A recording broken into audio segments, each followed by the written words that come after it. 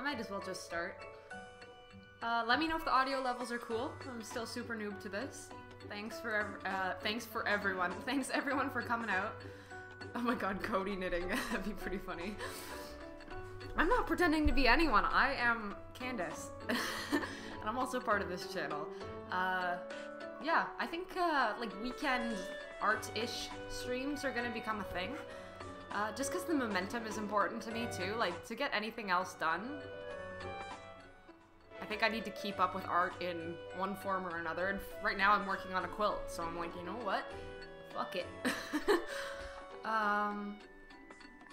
Yeah. Okay, so, I mean, I guess there were some people who were actually interested in the techniques of knitting.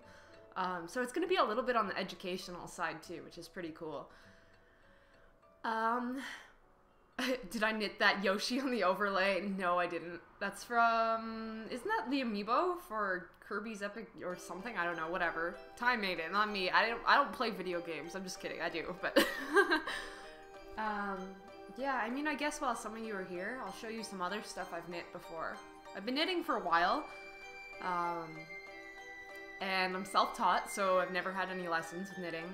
I've been knitting since I was like 7 years old, and I got a book, like the equivalent of a Scholastic book fair book, and I learned how to do the knit stitch there, so that's kind of where it all started. I think the first thing I knit was a pillowcase for my sister, and oh my god, it's probably destroyed by now, it's very old. But yeah, this is like a cowl I knit some years ago. Let me remember where the camera is. So yeah, here's like the inside of it, and you'd pop your neck up through here. Sometimes I put it on Bandit. It looks really good on him. Yeah, it's super warm. And if you want to see the inside, I don't know if you know this about things that are like actually knit, and you can kind of see it on commercially produced clothing and knit products too, is that the inside looks very different from the outside. Yeah, I'll explain some more of the technical stuff as we go along, but yeah. You want a rainbow beanie from me? Well, maybe I'll open knitting commissions one day. These are Ty's current mittens. I made them for him when I was in the hospital 2 years ago. They're a kind of Newfoundland mitt called a trigger mitten, and they call it that because there's a little extra finger you could put, or this is supposed to be the back of the hand, but yeah, you could have an extra free finger. So instead of it being like traditional gloves where you have all the fingers loose, this one just has one extra finger loose. And these were really fun to knit. They're a Newfoundland pattern. There's also like... Oh. Thank you, Yarsonist. Knitting stream hype. That quilt looks amazing, BTW. Thank you very much. The Yarnsonist. That's what you'll be today. The Yarnsonist. Do you get it? Okay. But yeah, like there's the main type of Newfoundland mittens. They're... You might have seen them before. They have kind of like little circular patterns on them instead of these diamonds. So those are just some things I've knit in the past, and right now I'm working on a big fucking quilt because I never knit anything for myself. It's always for other people. So I'm like, you know what? I found this pattern and it's just gorgeous, and I want to make this for myself. So I'm gonna start on it, and for some people it takes a year. It's like the biggest project I've ever done. You add the middle finger to the glove. You know, surprisingly, like that would be very useful with the kind of drivers we have around here. My sister had to give like double middle fingers to some woman who almost hit her with her car. Long story. But yeah, so this is the blanket that I'm working on right now. It consists of 100 squares. This is 25 right here. So you knit it in each quadrant and then sew them together at the end. So what I've done here is I've knit my 5x5. It's kind of weird doing this with like such a wide display for the overlay, but whatever. I guess you see what you see. A cop decided to turn on his lights when he was right behind you, even though he wasn't after you. That's the worst. Like, oh no, what did I do? Yeah, so what I still have to do with this, you might not know this about knitting, or fabric at all for that matter. I do a little bit of sewing too, but like sewing is fucking witchcraft. Like constructing a 3D garment is just like beyond my scope. Like they say that women cannot, like, manage 3D objects with their visual perception, cognition, or whatever.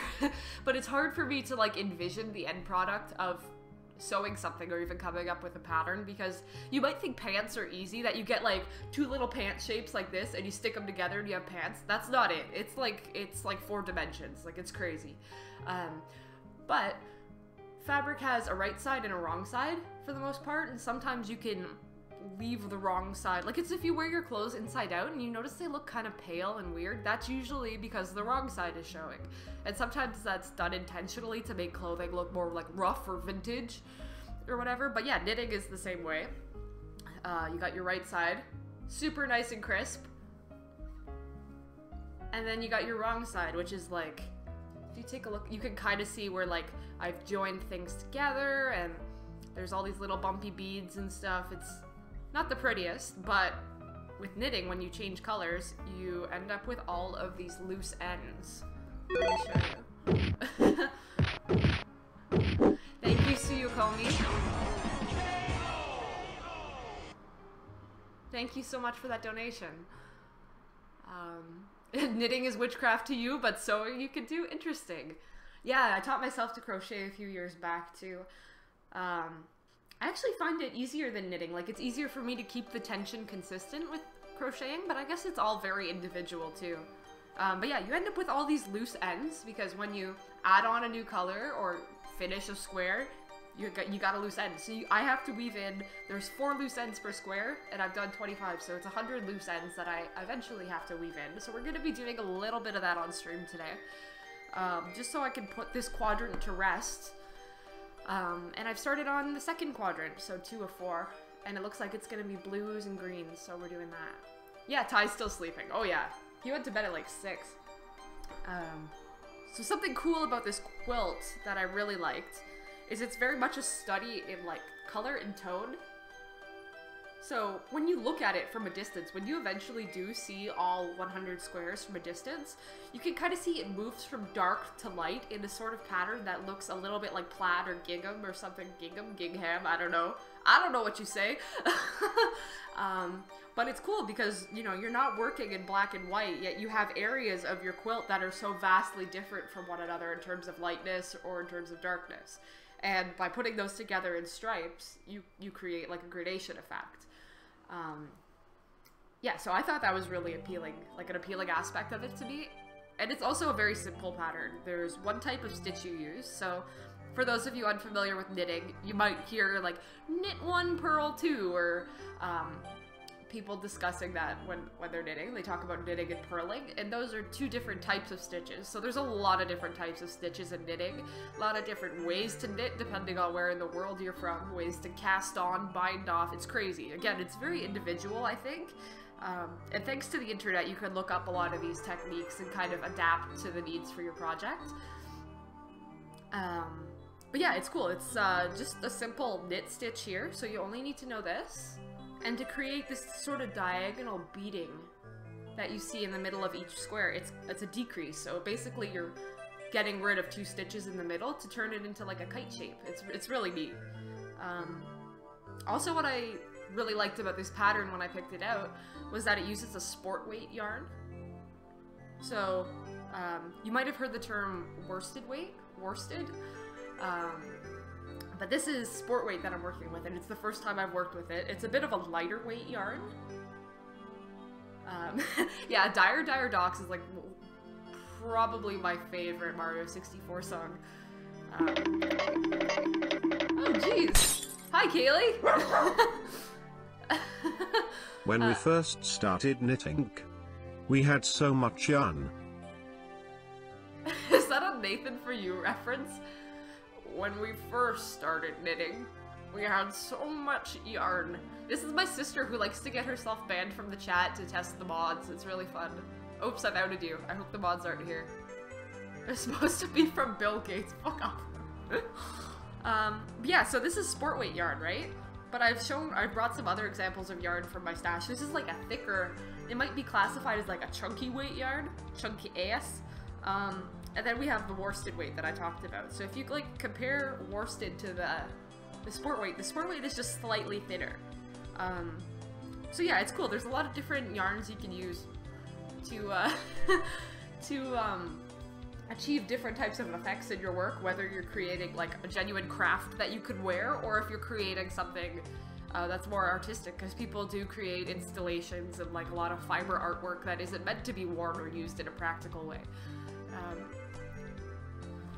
So, I mean, maybe it'd be a little more entertaining if I started with some actual knitting instead of the weaving in. But I wanted to show you guys my cool little cases that I have, that I keep my knitting supplies in. I got these, I went to an art crawl downtown a couple months ago, I think it was like September. And they're actually little candy tins. There's candy inside them when I got them. But I was like, these are great. Like, they're metal. Is that Bandit's coffin? Yeah, this is where he goes when he's a bad boy. But he's being good right now, so I feel bad calling him bad ever. But yeah, like, I just keep, like, my, tapestry needles that I use for weaving in here. I keep my dog in here. This one, I keep, like, my stitch markers. So I'll show you stitch markers as I get going. But, yeah, it's pretty handy, because normally I just leave stuff around. It gets lost in couch cushions. And they're, like, way too cute and, like, quasi-goth to, not keep. I'm just gonna take a sip of my coffee here. I went for a walk this morning before I started streaming. I went through a park on the way to get my coffee, and there were so many pups out. So many pups. But not Bandit, because he can't walk very far, because he's a lazy motherfucker. Yeah, so this is what I'm working on right now, and I'll kind of show you how it builds up. So like I said, there's... This project uses a knit stitch and a decrease. So there's a lot of different types of decreases too, right? You can just take 2 stitches and knit them together into 1 stitch, and there you go. That's like a very simple decrease. But the one I'm doing, and you'll see, is called a center double decrease. Yeah, CDD. Because there's abbreviations in knitting patterns too. But basically what happened is when I started this pattern, I cast on 49 stitches. So this was originally a straight line. Just dropped my yarn on the floor. Whatever. How is Smelly doing since her trip to the vet?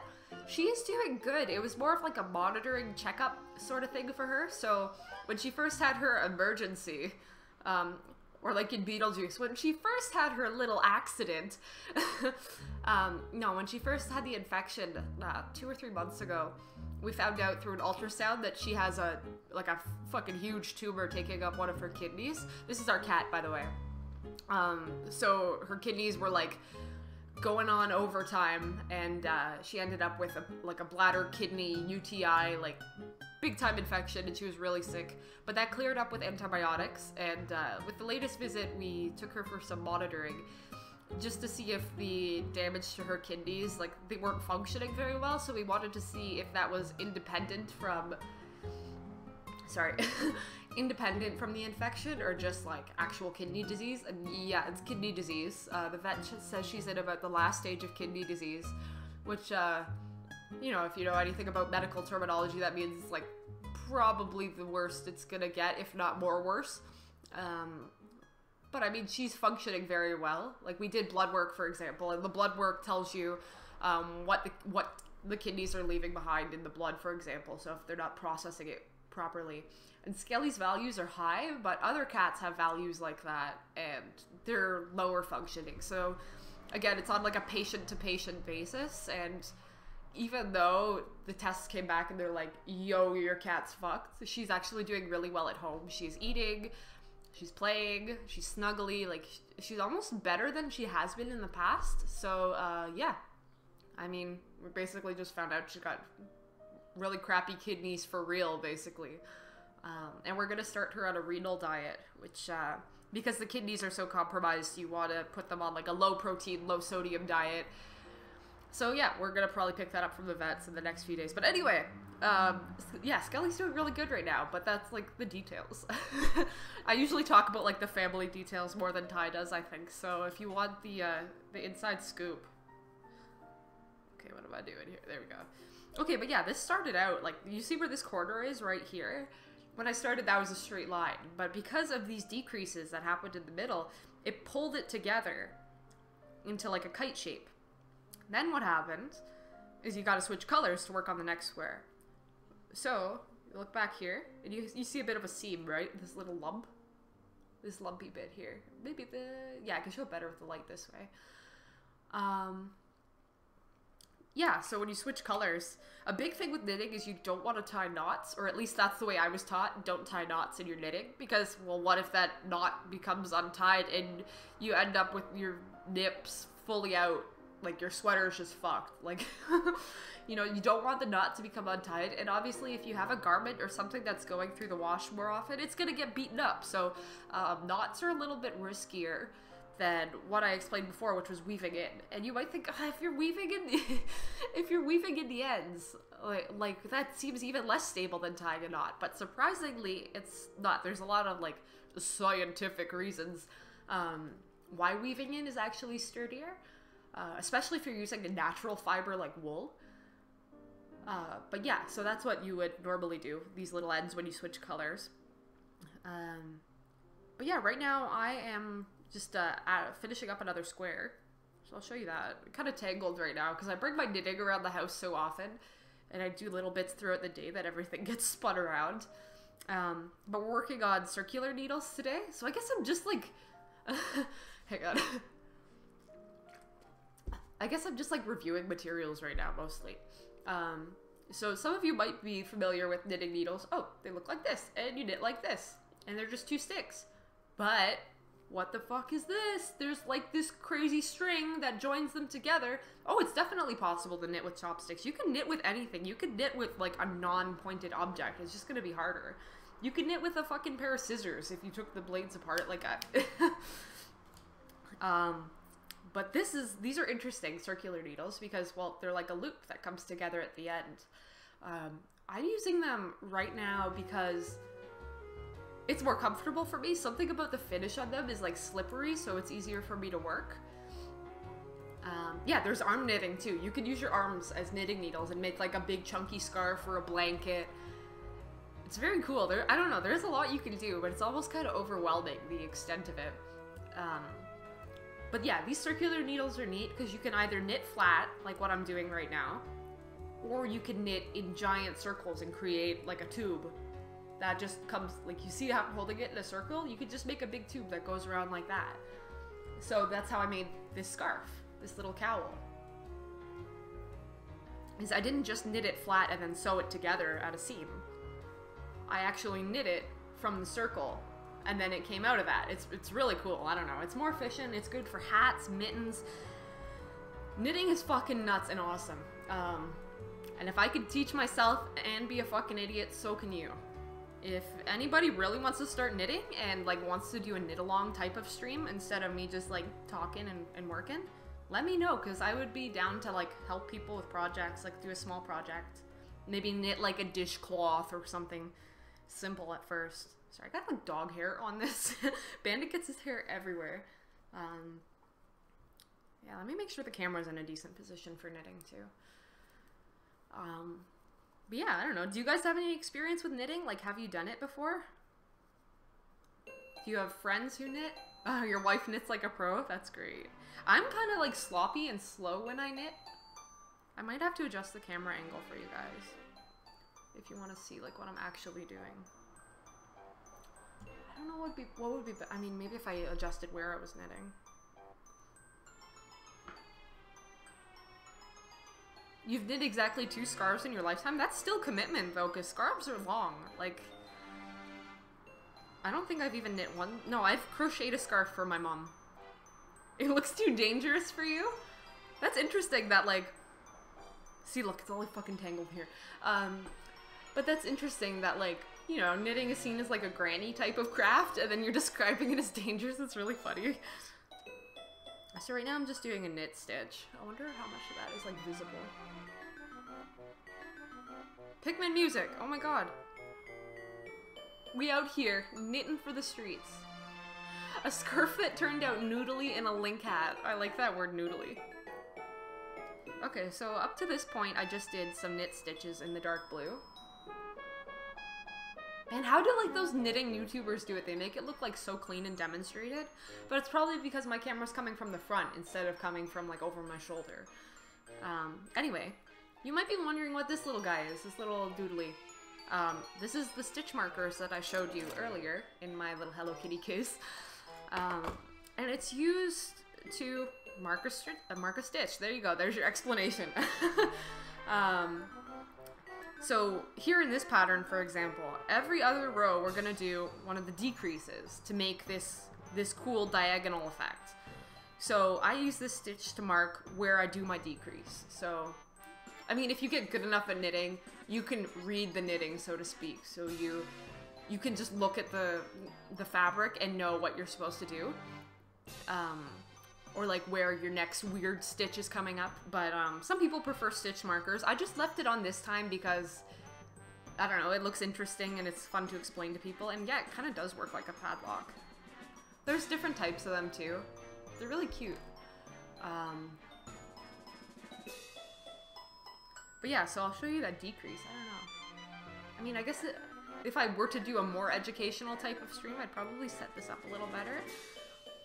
But the center double decrease is interesting because instead of going through one stitch like this, you're gonna go through 2 stitches. It's a little tight too. That's what she said! Okay. And then pass it over. So instead of knitting it or doing anything with it. And then you knit the next stitch. But you're like, wait, what the fuck? I still got like a light blue stitch in there. Well, what you do is you go back. And, oh, so tight. And you pass it over. And there you kind of end up, look, let me see if you can, motherfucker won't focus. Gosh. But you can kind of see that's where you're creating that diagonal look, right in here. Yeah, and like me, when I talk about like knitting being tight in some areas, a very important thing when you're knitting is the tension. So if you knit super tight, you're gonna, like, it's gonna be a pain in the ass.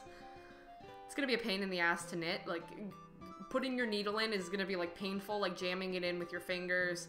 And you're gonna end up with steel wool. So tension is a very important thing that kind of comes with experience, and even with how long I've been knitting, I'm still not perfect. And like, you know how some people like hold their pens or pencils differently? Like, okay, you know how some people will hold their pencil like this, but some people will put their middle finger up on it like this, or some people will even hold it kind of like this. You know, everyone holds it differently. I'm kind of that way with knitting too. I do this weird little thing where I push the needle through with my finger instead. So yeah, I mean, there's a lot of room for variety, and you don't have to be perfect at it. You just gotta be committed, I think, if you're taking on a longer project. And there, we did 1 row. Look at that, that's so cool. Oh my god, those emotes are so cute, what the heck? They're all just Pokemon. I don't think I have any amount of patience for knitting, so I think you're doing a great service for the world. Thank you. I would love to teach more people to knit. Like, that's one thing I've always been interested in, is teaching or sharing my skills in some way. I thought it was actually a grill for a second. That's so funny. Yeah, y'all been playing too much, whatchamacallit. Getting over it. It was so funny. I tried to start on this quadrant at TwitchCon. We were staying with some of our friends at their Airbnb. And I was just like, a lot of alcohol goes down at TwitchCon. I was pretty fucked. Like, not actively drunk, but hungover to the point where I couldn't even focus on knitting. And I was just like, I just confused myself. I'm not doing this.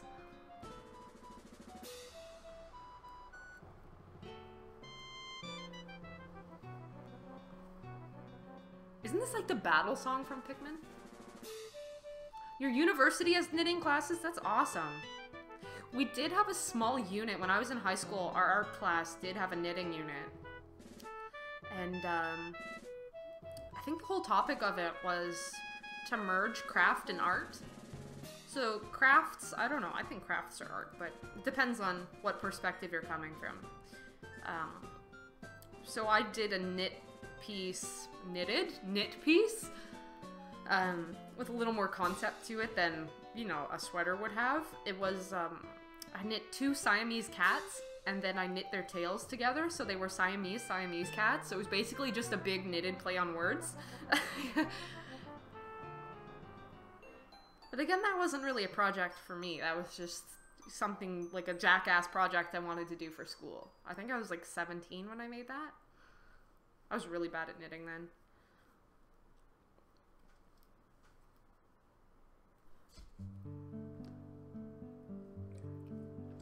Oh yeah, I added Chrono Cross music to my playlist. Because I was like, what game has really good music? Oh, crocheting classes? It's honestly a great skill, but with the way that, I don't know, like, it's obviously not efficient to be knitting and crocheting everything these days. Maybe back when you're like a fucking pioneer, it made sense. I think you get more durability out of handmade things too, but, you know, I don't obviously have any objective evidence to back that up. But just the way that clothing is produced these days, or like housewares are produced, there's no reason for people to learn to knit. But I like it because, I don't know, like this blanket I'm working on, I wouldn't be able to find that in any store. It's gonna last like 100 years in my family, whether I have kids or not. It's just gonna be like an heirloom type thing. Useful when the zombie apocalypse hits. The difference between crocheting and knitting. I wonder if I have a crochet hook around. Fuck. I might have to show that in another stream. I do have a single crochet hook because I don't crochet as much.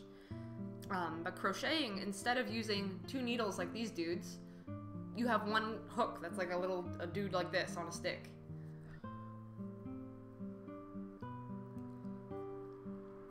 I don't know any other way to describe it. I mean, you're still working through stitches.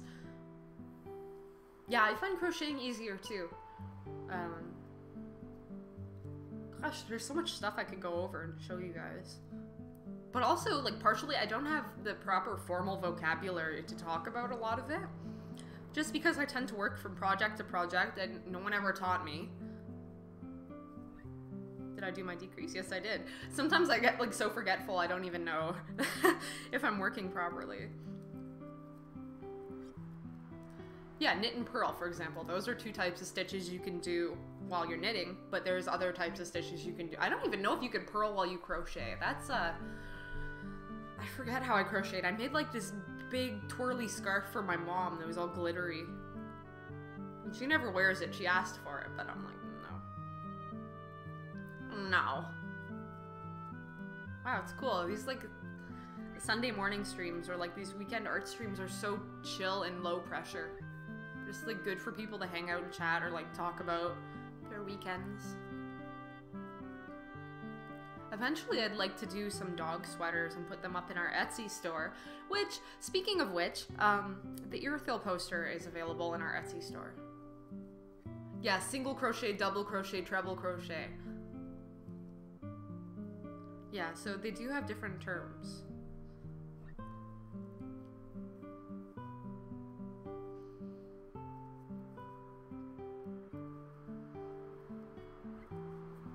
Oh, I'm glad you're enjoying it, Howie. Oh my god, I was watching Vine Sauce last night because he's like my desert island streamer. I was watching him last night and he was talking about this GoldenEye watch he had when he was a kid. Like 007 GoldenEye, like from the game. I'm pretty sure it's specifically the one from the game. And he had a friend come over when he was a kid. And right as his friend came over, like the day after the watch went missing, and he had asked his friend, I think he said he was like 9 or 10 years old. And he's like, "Where did you take my fucking watch, man?" I don't know if a 10-year-old would say fuck, but anyway, his friend was like sweating and nervous, and he's like, "No, man, I swear I didn't take it." And then the next day, the watch was under his tree in his front yard, so he thinks his friend had stolen his GoldenEye watch. I don't know. It was really funny to me. It's such like a childhood story. This song has come up like twice. Let's get like something a little more. There we go. Oh my gosh, Robert, you are like an extremely knowledgeable yarn wizard. There's other stuff you can knit with too. Like, I don't know if you guys have seen those kind of shower mitts, those bath mitts that are made of kind of, it almost feels like a woodish sort of texture, and you use them to like scrub your body, and they're like a light brown kind of cardboard color. You could buy like yarn that's jute fibers, or you could go to like hardware stores and get twine and you can knit with that. There's so many different applications. And then there's weaving, and there's just so much cool stuff you could do. I would love to take a weaving class, honestly. But yeah, you see what I'm switching colors. You don't have to cut it or tie it or anything. You just take it and you pass it up when you're knitting. So I go in to make my knit stitch. I take my thread from the previous row and I just use that instead.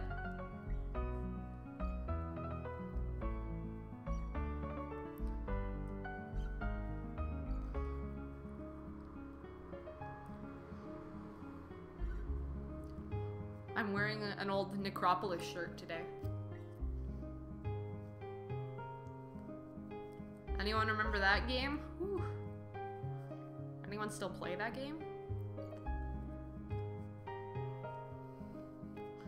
Back when I was a young girl in 1784, we played Necropolis for days. We often wouldn't sleep. We were so busy playing the video games. That game was so fun for a day, exactly. When I was a wee lad. When I was a wee lad. Can I call myself a wee lad if I was a sperm? Or is that, no, that's shitty. That's shitty. Necropolis is $5 and it's in the Humble Bundle? What the shit?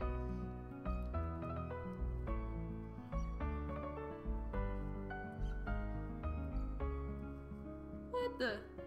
Yo, does anyone remember Pruane 2 Forever? Do you remember that kid that 4chan tormented and they were like, Lisa needs braces with him and everything? They were really shitty, but he, oh my god, he would say stuff in his videos like, get a life and stop jacking it. Like, he's just the best. He was good. He was a good kid. I wonder if my sister's still here. She's like, how did we start talking about Pruane?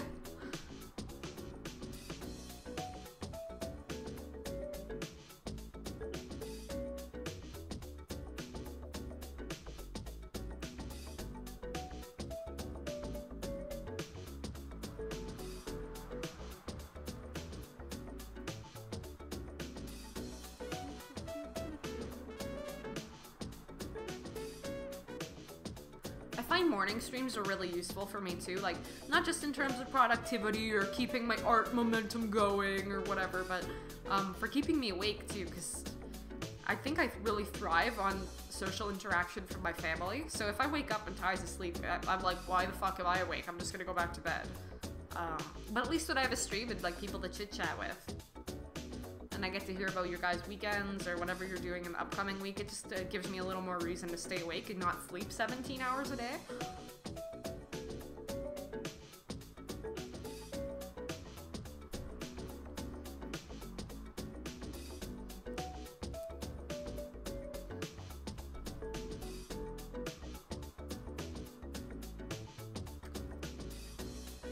You get to have a fake interview tomorrow. Why is it a fake interview, Spare?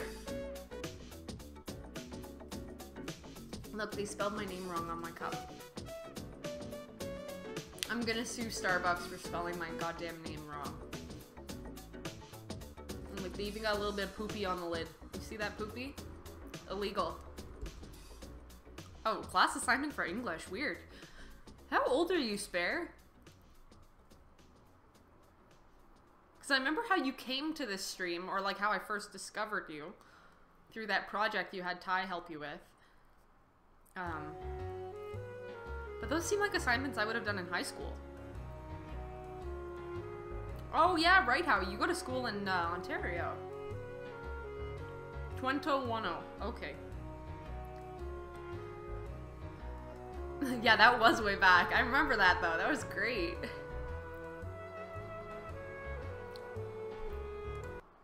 Give me some new tracks.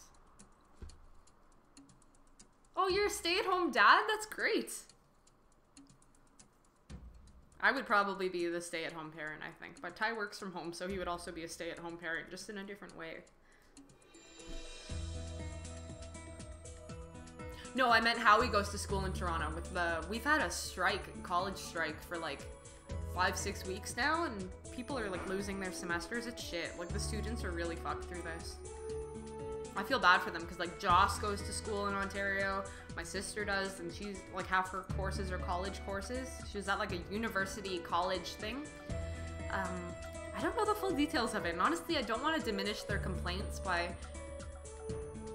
like inadequately describing what the strike is about, but I think it's like a lot of college faculty aren't getting equal or like proper compensation for the amount of work they're doing.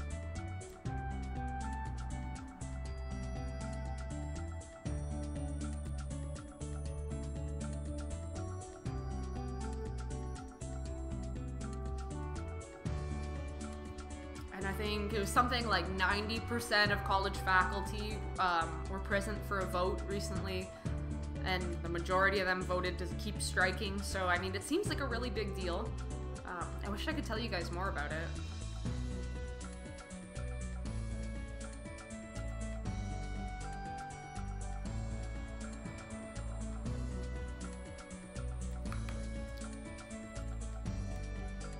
Oh my gosh. Here at Seneca for computer engineering and they didn't even have a single test. Oh my gosh. That's awful. I think we had a short strike when I was at Sheridan back in 1895. No, I don't know. When did I start college? 2011? I think my first year we had a short strike, but none of the classes were canceled. And Ty had a strike when he was in first or second year, which was definitely in 1895. And they almost lost their semester to that. I don't know, it's really shitty. It's shitty because, like, you know, students are experiencing a lot of anxiety and depression, and especially for international students who don't live in Canada, their breaks are really important to them, and their tuition, I mean, even for national students, non-international students, they don't get their tuition refunded. So, I don't know how it is in the States, but here, international students can pay upwards of like 3 times as much as we would, just because we were born in Canada or a Canadian citizen, which I don't know the specifics of why it's that much more, but it really sucks to lose your tuition because of a strike. And then it sucks for the people who are being unfairly compensated because their work conditions are trash. And then there's the government, which I don't know any of their functions at all. No, like, why they wouldn't concede to the requests of the union or anything.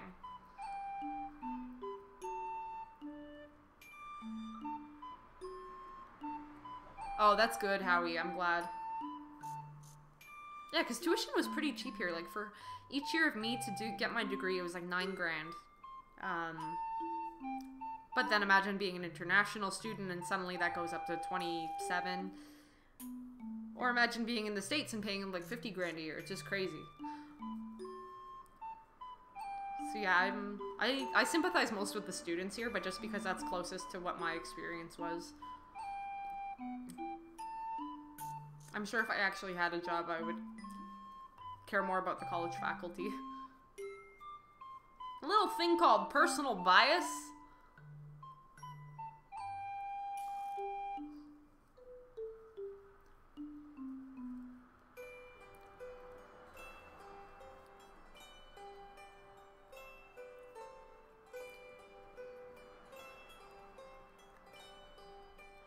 Searching for a student loan. Are you in Canada?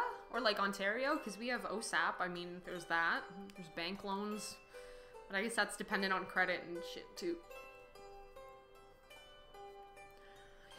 Tuition is just nuts. And then you pay for textbooks and transit and housing and food all on top of that. And it's just... Yeah, there'll always be time to go back to school, Blue Pyro.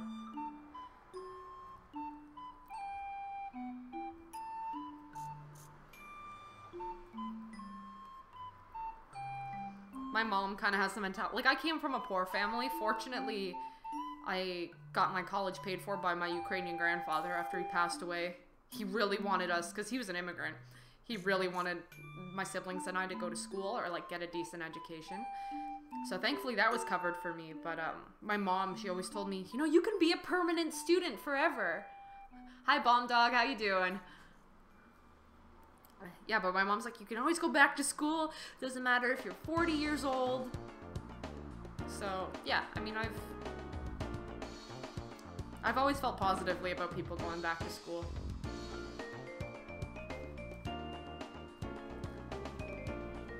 I'm great, just eating some bacon. That sounds like a very good Sunday morning. Or afternoon, I guess, at this point.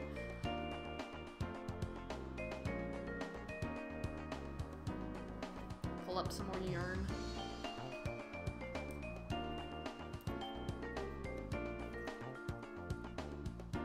School is just so much stress. Like, for me, I came right out of high school, then I went... Oops, wrong color. I went straight from high school to college to get my degree. And that was just like, shit. I probably would have chosen a different program if I'd taken a few years off. Like, I probably wouldn't have done art, to be honest. Do I regret it? No. I don't really regret anything except regretting things. Oh, Bandit's growling. What does he hear? Bandit? Pupper is activated.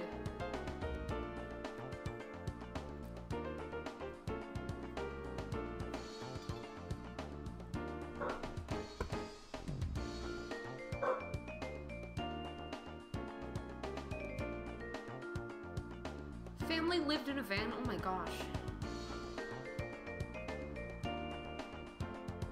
That's rough, dude. Oh, congrats, Mewtwo. Yeah, Sparrow, I was the same way. Something like that happened with me too. Kids shouldn't get money. Hi, Bandit. Hi, Bandit. He's the worst. He's the worst. Thanks, Ty. Mandy, go to bed, buddy. He hears someone at the door, so he's getting, like, riled.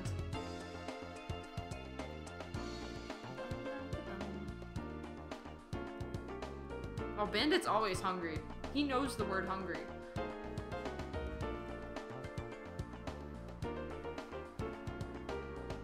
That's so cool. Hey, Jeff Skellington, I haven't seen you in a while. How you been? Yeah, Bandit could eat non-stop, like, no kidding. Oh yeah, I undered Addletail music to this too. I added Undertale music to this playlist too. But spoonerisms are just a thing this morning, I guess.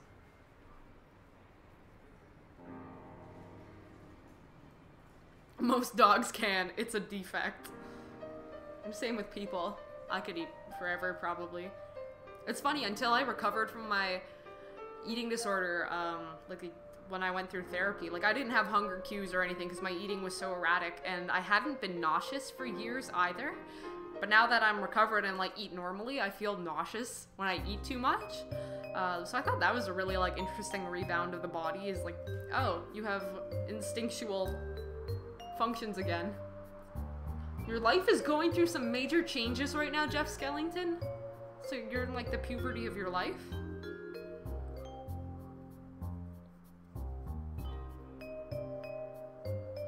But yeah, talking about eating infinitely, I mean, thankfully the body has mechanisms to protect itself against that, I guess. Thank you for selecting Exotic Butters. Less than 3. Aw, thanks, Blueberry Muffin.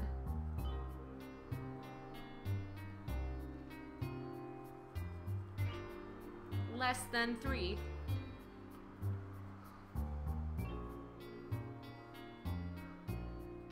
Oh, so you mean it's actually a defect? I thought you were just joking around about that. There's a lot of weird congenital diseases there are. Oh, really, Jeff? Okay. Yeah, there's a lot of weird congenital diseases that can be bred into dogs. Like, most of the time you hear about, like, hip dysplasia or deafness or, you know, those sort of physical things, but there's also like a rage condition I learned about in certain types of Cocker Spaniels. God, what was it called? It's some rage something, like a rage disorder. And it just has to do with the brain being fucked. That's my medical opinion. It has to do with the brain being fucked.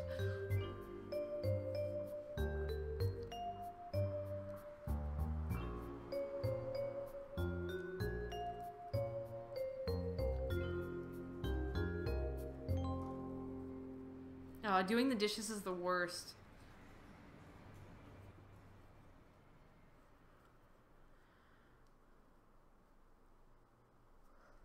Yeah, I think that's pretty common with anxiety, Mud. Or some people even with depression, right? It's so interesting how it can vary from person to person. Like, they could be like, I have no interest in eating, I'm so sad, or like, low energy today, and other people are like, I'm just gonna eat everything today.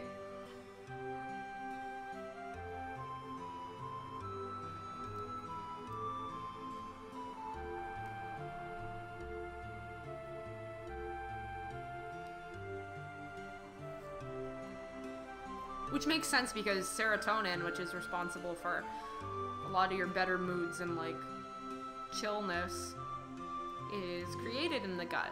So eating has a lot to do with mental well-being. Which I learned at the hospital. I still talk about that a lot, like it just happened, but it happens all the time. I mean, it happened a long time ago, but yeah, it happens all the time to other people too. I just totally like tapped out of my own conversation as I was speaking.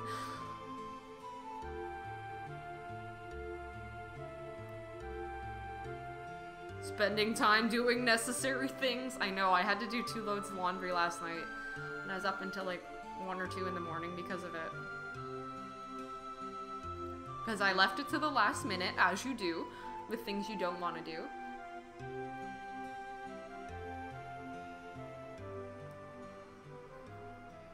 Yeah, I make Ty do the dishes. I'll do everything else, but I hate dishes. I'm like, baby, can you please do the dishes?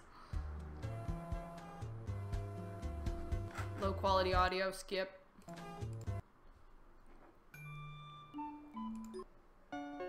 There we go. Oh man, that's what Soylent was good for. Like, I know Soylent was the meme for us for a while, but we did get like a trial sample of Soylent because they were gonna do a partnership with us. So we had like a case of the caffeinated Soylent for a while. And I actually didn't mind it. It's not the best, it's not made of the best stuff, but you know, it's good for when you're too busy or lazy to eat, right?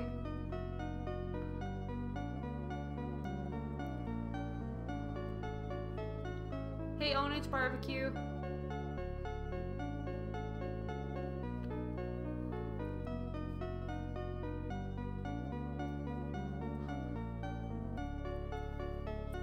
Wow, we're almost done the square, then I'm gonna have to go and grab some of the second yarn color, and you get to see me struggle with casting on. That's the fucking worst. For some reason, my tension for that skill is like totally off.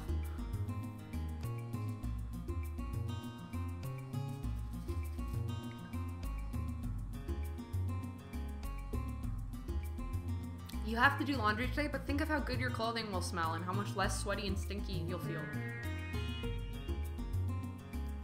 6 cats, I'm so jealous.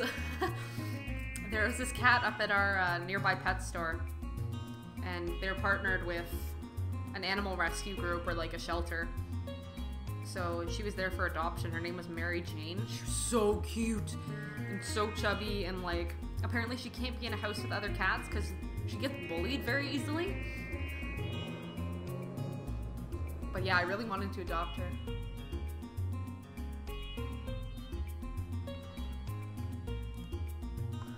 It's 6 p.m. for you already? Oh my gosh, where do you live?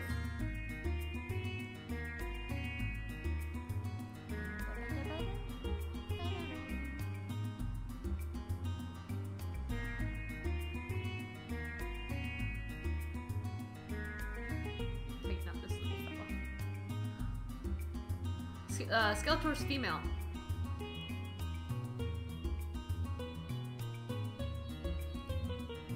I don't think she would bother the other cat, honestly, because Skeletor is pretty reclusive and, like, Skeletor doesn't, like, pursue other animals. Now, let me expand my chat box here. Oh, you live in Germany, okay. I think we have Boost here in Canada. I don't know how much it is a bottle. I'm sure you can get it at Walmart, which would probably be your cheapest bet.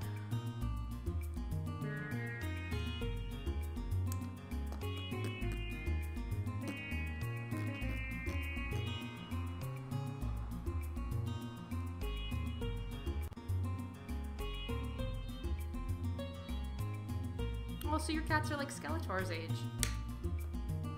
Your mom drinks Boost like crazy. Does he get her boosted? Oh, you named one of the female kittens you rescued MacGyver? That's adorable. Well, I'm of the mindset that eating or drinking anything, I mean, save for like alcohol and drugs, is better than eating or drinking nothing. So even if it's crap, I mean, I still think that's better.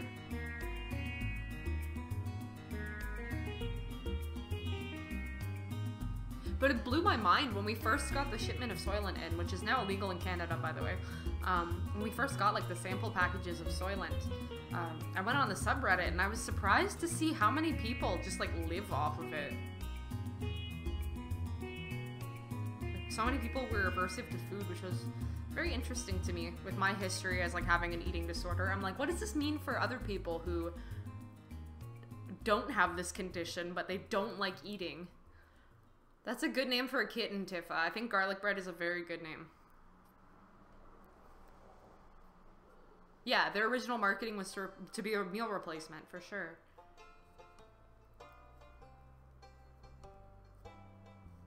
Like, I fucking love eating. Yeah, well, okay, illegal is maybe a bit of a strong word, but the regulations in Canada no longer allow Soylent to be sold as a meal replacement drink because it doesn't meet the requirements to be called a meal replacement. I think it's that Soylent has a higher fat ratio than what they would allow for a meal replacement. I think it has to have like a higher carb to protein ratio than what it does have. So yeah, as it is right now, Soylent can't be sold in Canada. Is it because it's made of people? Yes. It's made of babies, specifically. Green babies.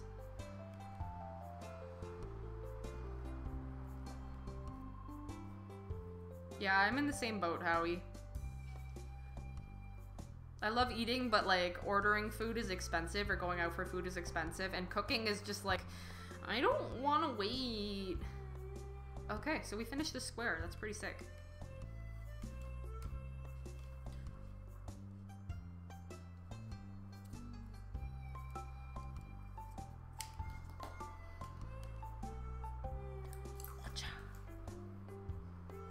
So now, this is what we're left with. But if we pull on this string, the whole thing's to become unraveled. So yeah, this is our last stitch. The very last stitch, we went from 49 to 1. That sounds like a sports record thing. But all you gotta do to seal it, seal the deal, is just pull your thread through. Like this. Hang on. There. When we finish a square. Up early enough to catch a Candace stream, and up late enough to catch a Ty stream. We're like sun and moon here.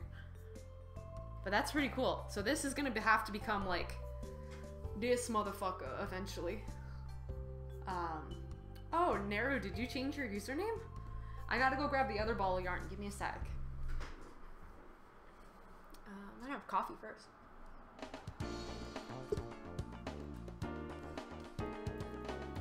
Yeah, this pattern uses like 10 or 12 different balls of yarn, which is the most I've used in a pattern. Tangled myself up. Okay, be right back. As soon as I untangle my leg.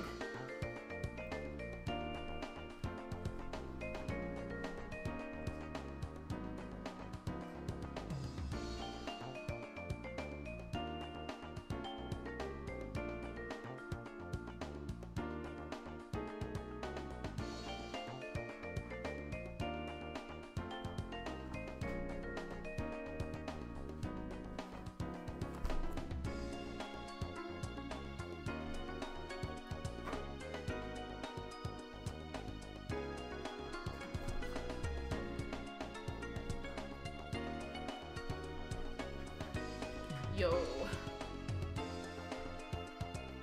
This is the next color we're working with. I think this is a really cute color. Let me grab the ball. So this is what we were using. This is what we will be using. I think it still goes with the dark blue. I gotta check my pattern, but...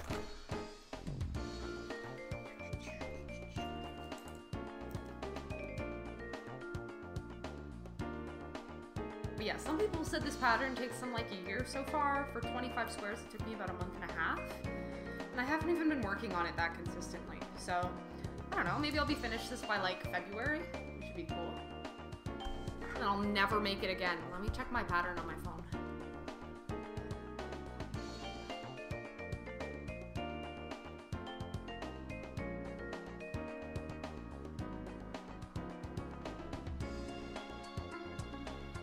I wonder if I could show you guys what it looks like. The finished blanket is gonna look something like this. There might be a better photo in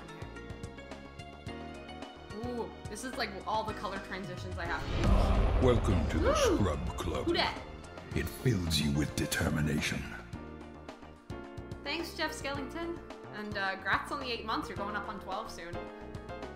Yeah, these are all the color transitions I have to go through. Isn't that nuts? So my whole first square, we started here at the purple and ended here at this full yellow. But I have so much more to do. I think I am right about... I'm here. I've done this guy and this guy. So the next one looks like it's gonna be my dark blue and the teal that I looked at. It's all very complex. It makes you feel real smart when you knit.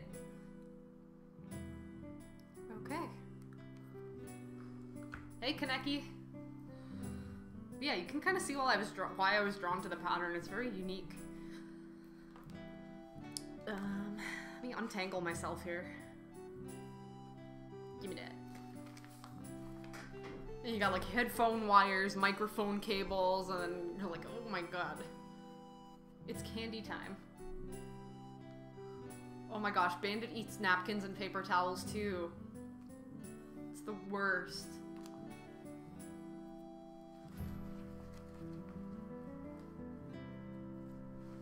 Let me adjust this ass. This ass.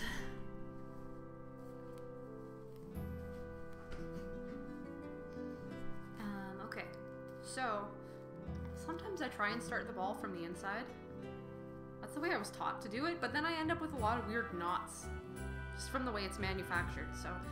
I mean, don't take my word as gospel.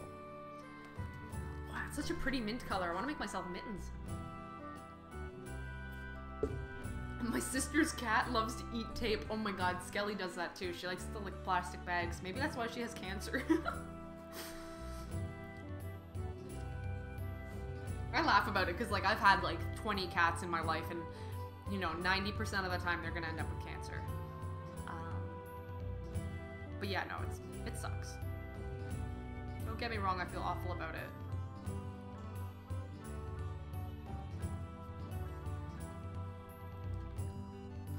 Okay. So this is probably the slower part of this. I was taught to start from inside and wind the skein into a ball before doing any crocheting. Yeah, winding it into a ball is the best. I don't know why they don't do that. I mean, I guess if you buy like the more non-commercial yarns, so like ones made by individuals or like small farms or whatever. First stitch is always such a pain in the dick. They're more likely to spin it into a nice skein or ball, but yeah. So what I'm doing now is along this whole edge, I have to pick up and knit, which is a different technique. It's not quite casting on, and casting on is the term you use when you're starting a new piece of knitting. So cast on 49 stitches would be how I started this square. But to continue off of this is almost like a combination of sewing and knitting, pick up and knit. So I'm going between certain stitches and creating a new knit stitch. It's a little finicky because the numbers are pretty precise at this point in the game. But I mean, I'll live. I'll live. This is probably the slowest part for me just because I always fuck my tension up when it comes to the cast on part. see, I just dropped one. Womp womp. Cat, your cat had a tumor between his toes? That's such a weird place to have a tumor. And sometimes I like to cast on a few extra just to make sure there's no, like, big holes at the joining points. That's just me being a little neurotic. That's how I am with all of my art.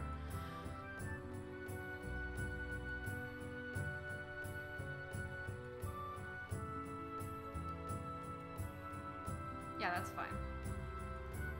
I wish the camera would like autofocus when I got closer to it, because I can kind of show you guys more of how I'm doing this. You see, I've picked up 3 stitches here. So that's going to be a continuation. My preferred way to do it is I find like there's like a little bead shape right here. Gosh, you can barely see it. I'm so sorry. But I go right next to that, and it usually ends up picking up 2 side stitches on the needle. God, it's the worst. It's the worst. How are you supposed to learn anything? It's fine. Whatever. You can go on YouTube. You can go on the tubes. www.tube.com/knit.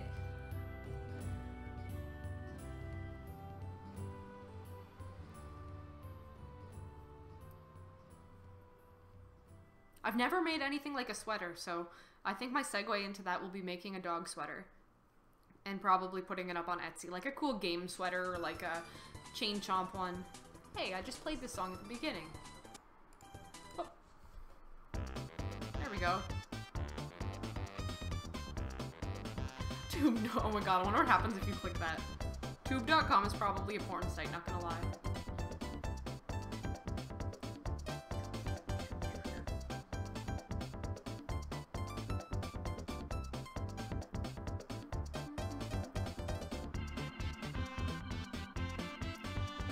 Dare I click it? I'm so tempted to click it.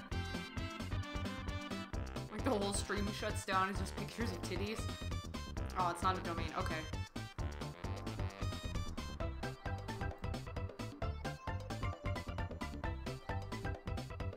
Oh, so we got the Irrefill posters in, the ones of our painting from last summer, this summer. And they're up on Etsy now. We're gonna make a proper Twitter post for it later. But if, you loyal viewers, I've talked about it on Discord a little bit, but if anyone wants to go take a look or grab one, get them while they're hot. Hey, I play games. How you doing?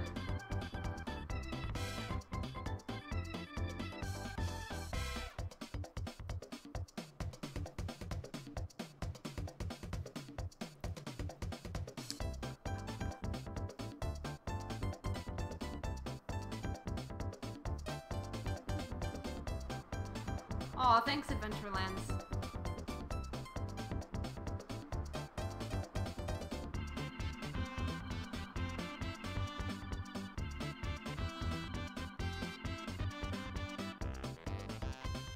That's pretty cool. We were able to just join more stitches to this.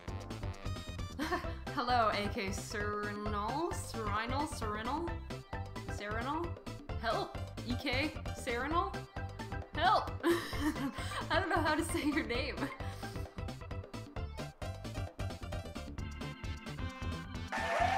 Whoa!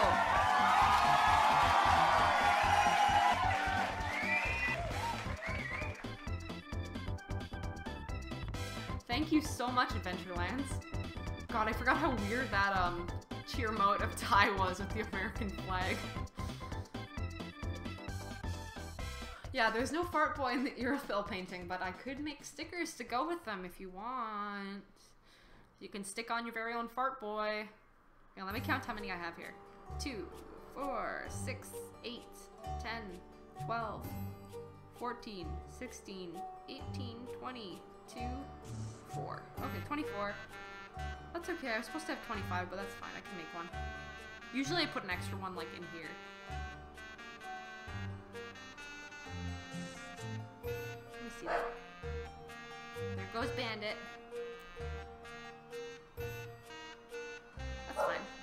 Okay, so now you drop your knitting on the floor. That's the next step. You just throw it on the fucking ground. It's okay, Ty.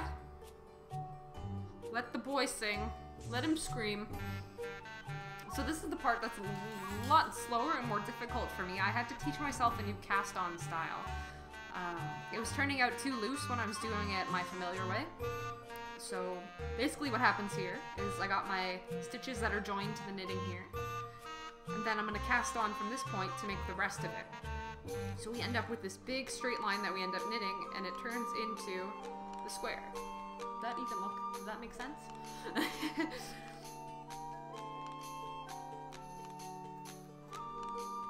this method is called cable cast on, which I just taught myself it like a few days ago. It's really hard for me to keep the tension proper on this. I usually make it way too tight.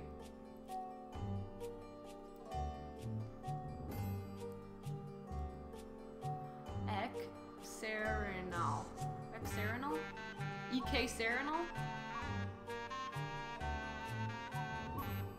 I can't believe I read the EK like ek.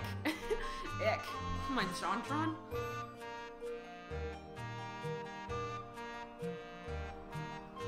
Yeah, you can see where this is getting a little more clumsy than what we were doing earlier.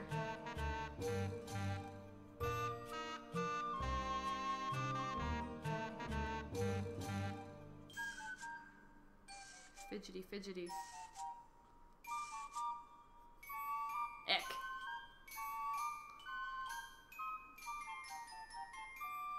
Rest in peace, Jontron.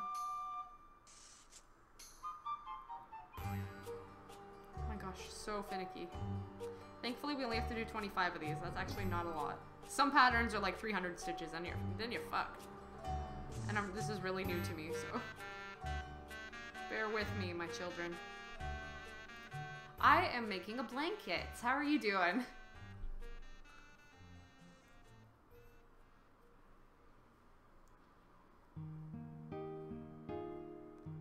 More Chrono Cross.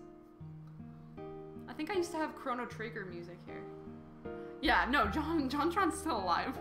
But like his relevance has severely dropped.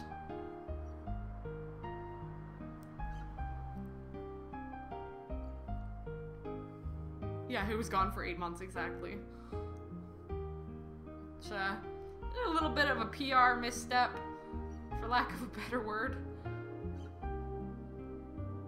I think all YouTubers, after a certain point, should definitely have, like, a PR person to tell them what to not say to fuck up their career.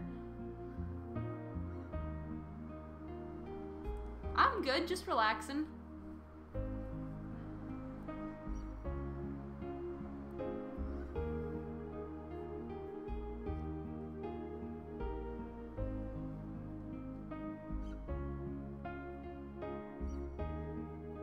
A little bit of a PR misstep, yeah.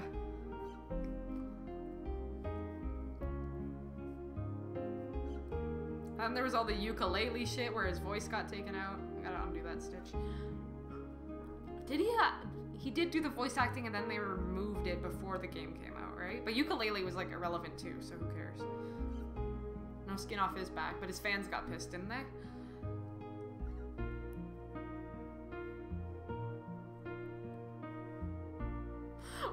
Either have a PR person or don't have crazy person opinions, I guess. Yeah. Well, I mean, you can have crazy person opinions, you just can't say them.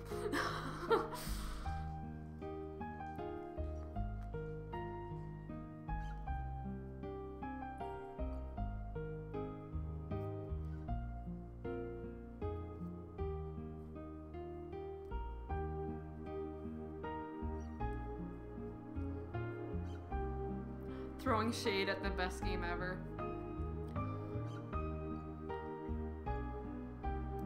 Yeah, that's true, Robert.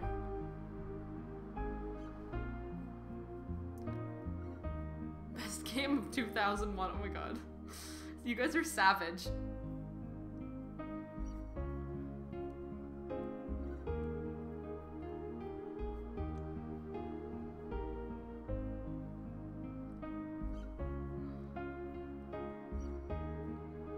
Yeah, I think if you're in the public eye, you very much have to have, like, a neutral stance on a lot of things. Unless it's popular to be... Unless it's popular to be, like, an advocate for certain things that are trendy at the time. Like, right now, with all, like, the sexual assault allegations in Hollywood, it's pretty popular to be, like, pro-women's rights. So saying something like, sexual assault is bad is, like, favorable. But maybe, like, 10 years ago, you know, speaking out about that might not have been, how do I phrase this? I think, personally, on a personal level, it's okay to say whatever you feel at any time. You know, be more radical, whatever. Like, I'm pretty radical myself. But I think if you're talking about, like, again, being seen in the public eye or you know, being a celebrity or having a career, people want you to be neutral. Or people want you to, yeah, trendy is definitely the, I mean, not to say that being, like, pro-women's rights is trendy, but, like, you know, if you were to say feminism 10 years ago, people would have been like, ah, what's that? I mean, certain small groups of people are still like that. But now with everything that's kind of come to the mainstream media, it's a little more acceptable. Yes. Yes, Coon Sir.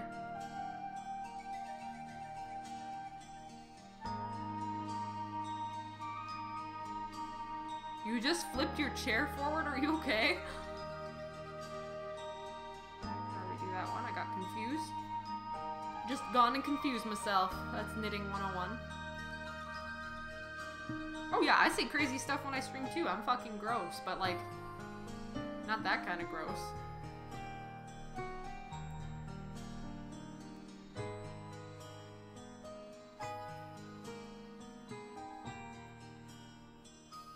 Yeah, that's it. It's biting your tongue, Robert, for sure.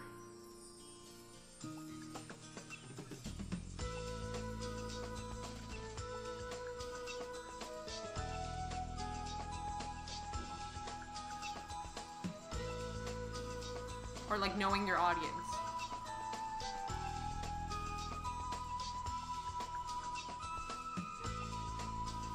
Okay, let me count how many we've made. We made 2, 4, 6, 8, 10, 12, 14, 16, 18, 20, 2, 4, one more. Yeah, exactly, Robert. I totally get what you're saying.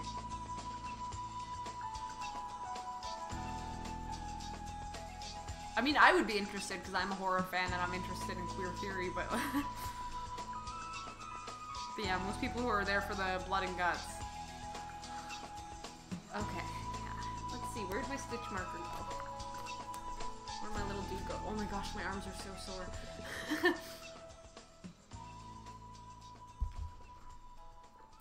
Let's just do another double check. 2, 4, 6, 8, 10, 12, 14, 16, 18, 22. Did I end up with 20? Hang on, when I first counted this, I got 24. Give me one sec.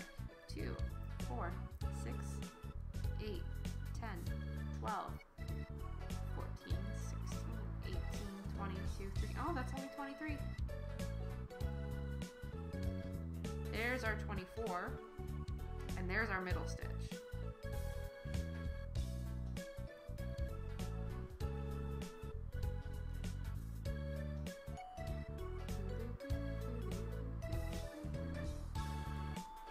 Hi, Bandit. Hi, buddy. Who's my sweet pup? He's so cute. No, buddy. Don't cry at me. 2, 4, 6, 8, 10, 12, 14, 16, 18, 20, 2, 3. Ooh, so I did miscount. Okay, give me a sec. This is what I did last time somehow.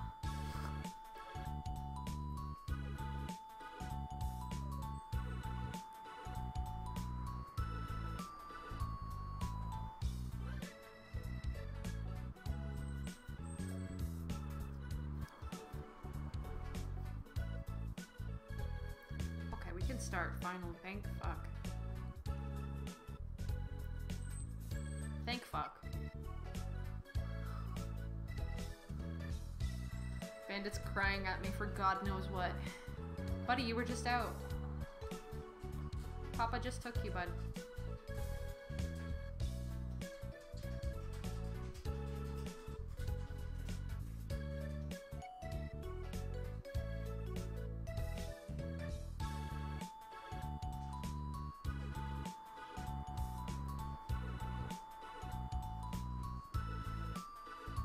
Oh, hey, Dan.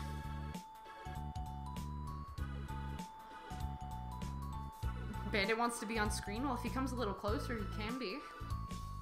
He's short enough for the camera to get him.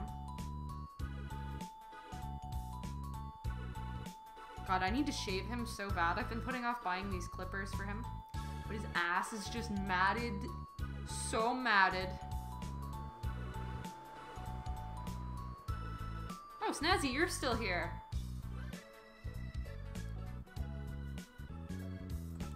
This track is chill, but I want something that's not 15 minutes long. Yeah. Yeah, I mean, I'm actually against shaving dogs, but when he has mats, I mean, he doesn't let me groom him still because he's such a fucked up rescue. But when he has mats and they're like causing him discomfort, I want to get him out.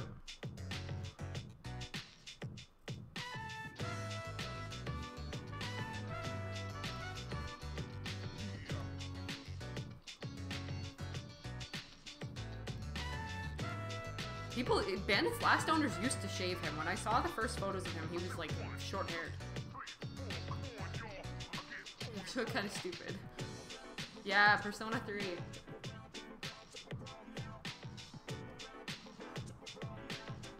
And sometimes Bandit gets runnier poop, so like if he has short butt hair, that's an advantage. He doesn't get as much poo hanging off his ass. I call it the poo hair.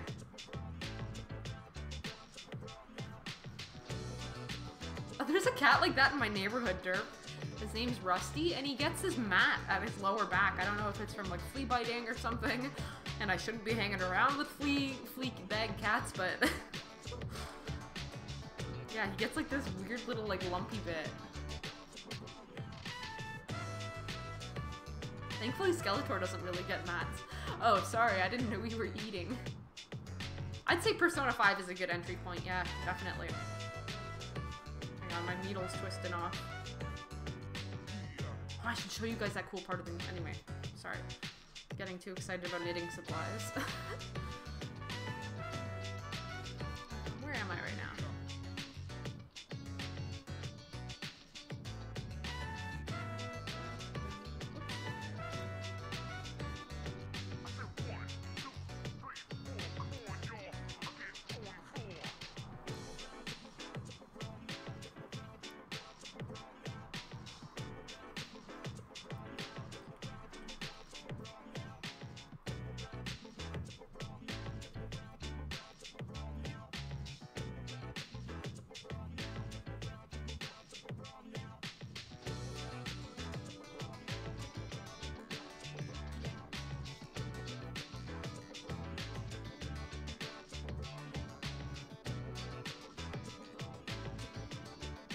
Sorry, I had to tighten my needle back on, otherwise it would slide off. Circular needles are weird like that. You can attach different sizes of needle to the tip, depending on what you're working on. Like, needle size is important because obviously if you're working with, like, a thicker yarn like this, you're not going to want to use a scrawny little needle that's, like, half the width. You're going to want to use a chunkier needle.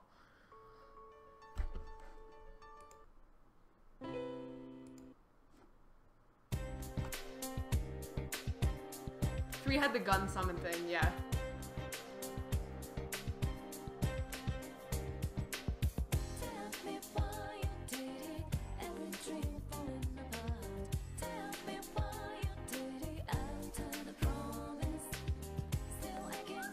What am I making? I'm making a blanket. Actually, I'll show whoever's new showing up. This is one quadrant of the first blanket I'm ever gonna make. So you're witnessing history here, okay? Yeah, this is 25 squares. Hard to show it all on camera, oh my goodness. But it ends up looking like a rainbow. Actually, I had the pattern open on my phone. Let me show you. I'll show you. These are all the color transitions I have to go through. So in the end, it ends up looking like a big old motherfucking rainbow.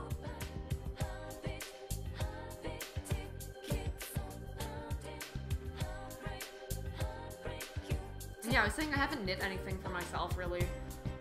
So, you know, something a little more permanent, like a blanket, is nice. I'm just gonna take the label off this guy.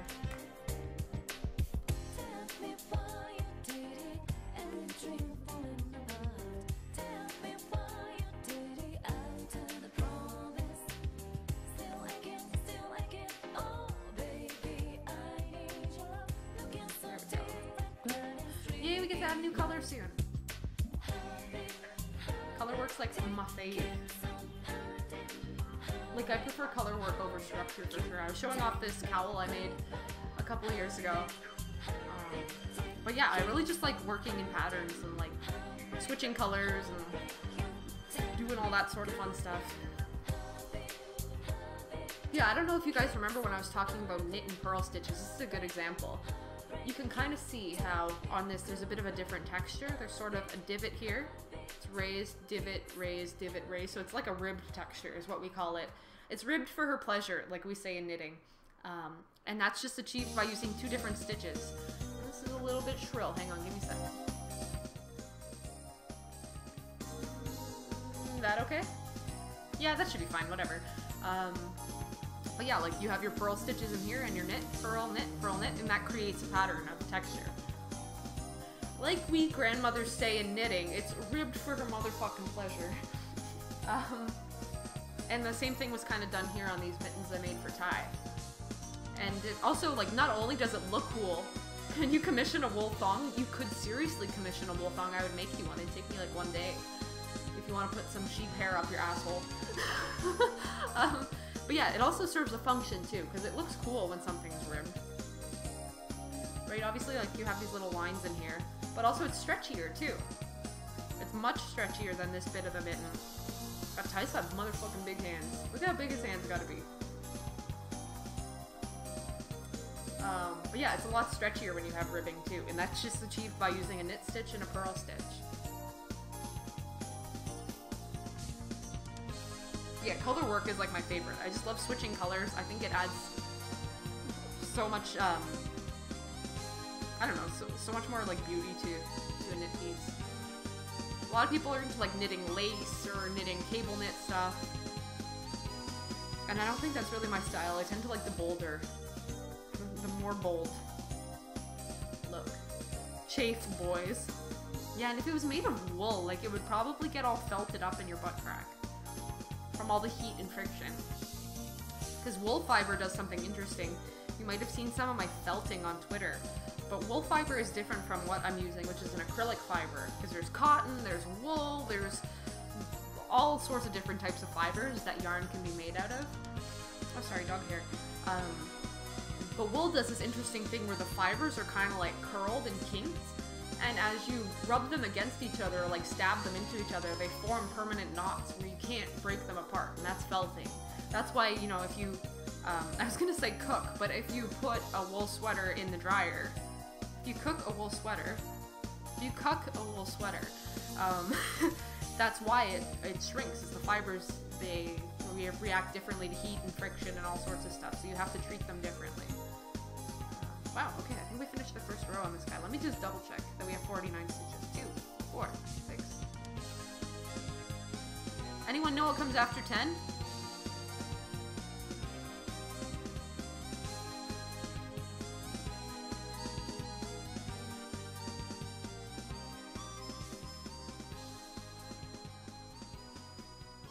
Oh, perfect, got it.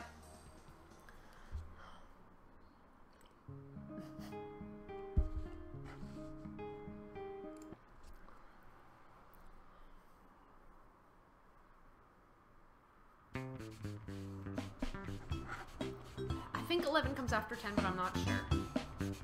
I'm gonna have to Google it. Okay, so we got our new color here.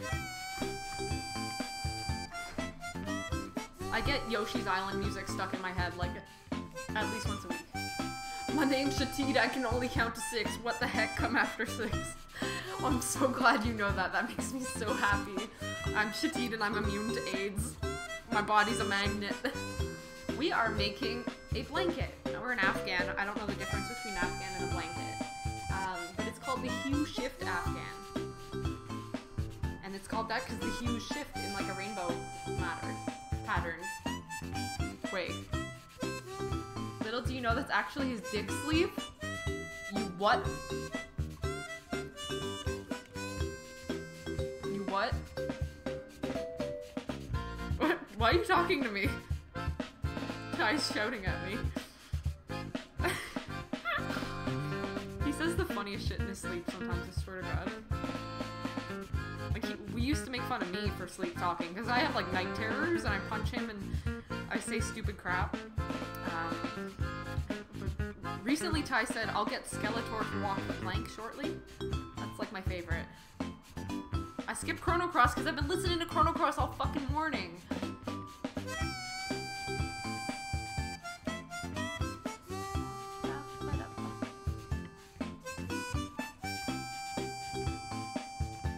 Color's pretty. It's so pretty. And look at the next color we get to use. It's like, it doesn't look as saturated on my screen, but it's like a spring green color. Oh, all colors are so good, you guys.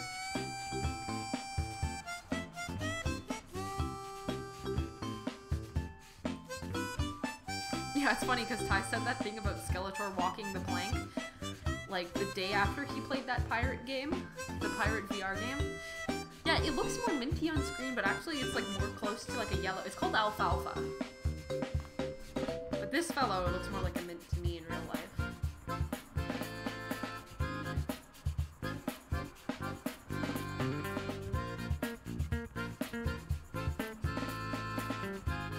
Yo, I was so bad at Yoshi's Island. Oh my god. Tighten up these stitches. There we go.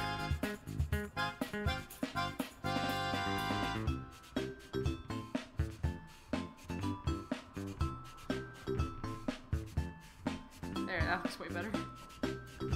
Man, knitting is so cool. It's so cool.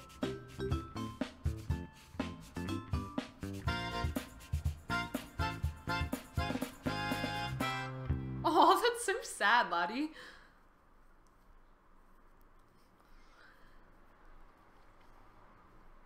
I remember one time, so when I first started playing Harvest Moon, I started with Back to Nature, which was the PlayStation 1 title. I rented it. I didn't know what it was. I looked at the art on the box, and I'm like, this looks great. Hang on, let me turn this down. And I was like, this looks great. I gotta get it. So I got Harvest Moon, and me and my brother actually played it at the time. My brother's 5 years older than me, and he's mostly into like RPGs and like Final Fantasy and stuff, so it was a little bit unusual for both of us to be playing Harvest Moon. One time he hit his dog with the sickle, and it made me so sad. Like, I could never hurt animals in video games. It makes me really sad. Yeah, Wind Waker OST. Oh my god. Okay, so in the wake, I'm gonna go on a Ty rant.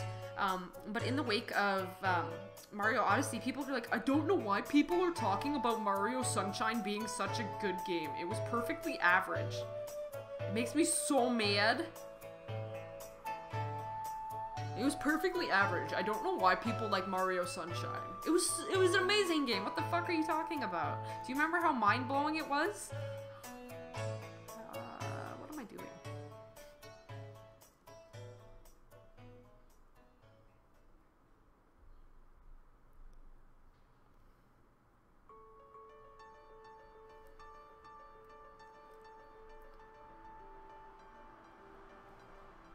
My Thai voice.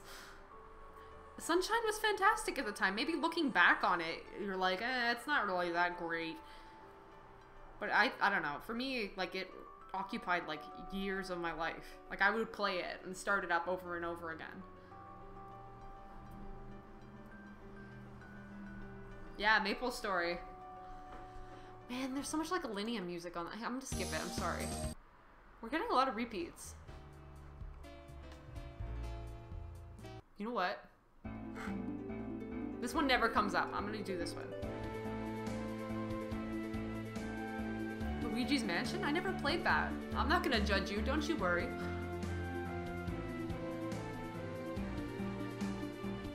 I'm not gonna judge you.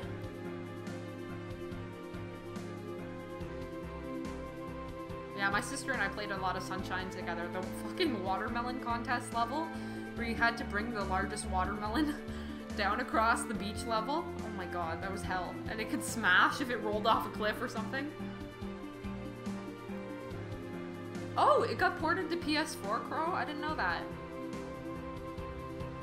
Was it Another Wonderful Life or just Wonderful Life? Because Another Wonderful Life you could play as a girl. And you could marry, like, that fucking elf dude who lived in a hut named Mustafa. I don't know why anyone would marry him. But, you know, I try not to judge.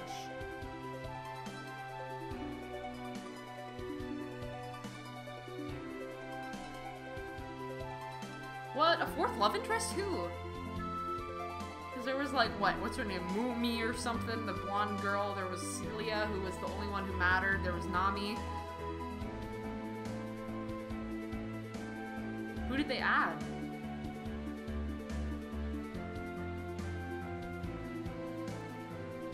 What the fuck was the blonde girl's name? Oh my god, I don't remember. Mumi? That's not a name. The girl who lives in the... Oh, Lumina! She was like my favorite. I always wished she was a marriage candidate.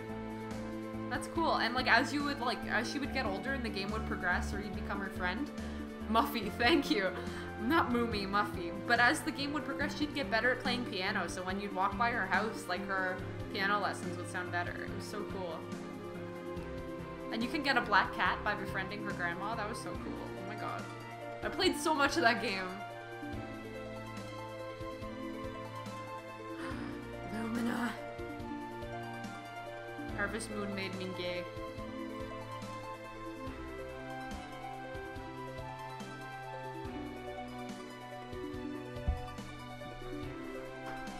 I'm probably just gonna knit until Ty gets up, like whatever.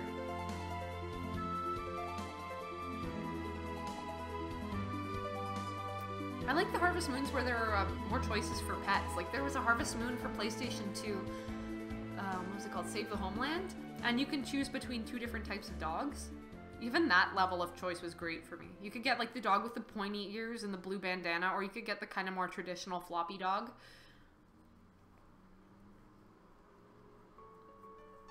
Oh my god, Alinea comes up again. What is it with this? Do I have this on my playlist like 50 times or something? Whatever.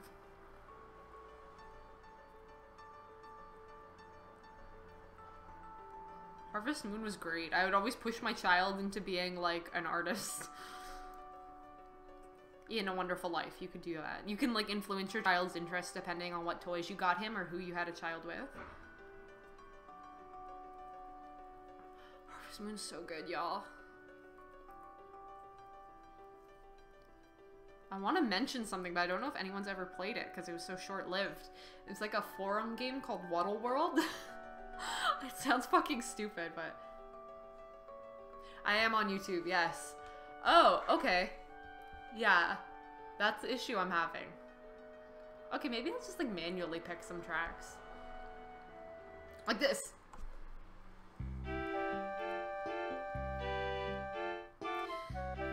Which, recent Harvest Moon games? Do you mean, like, the Story of Seasons type Harvest Moon games, or actual Harvest Moon title games? Because there was an issue with the company. There was, like, hella drama, and, God, what was it?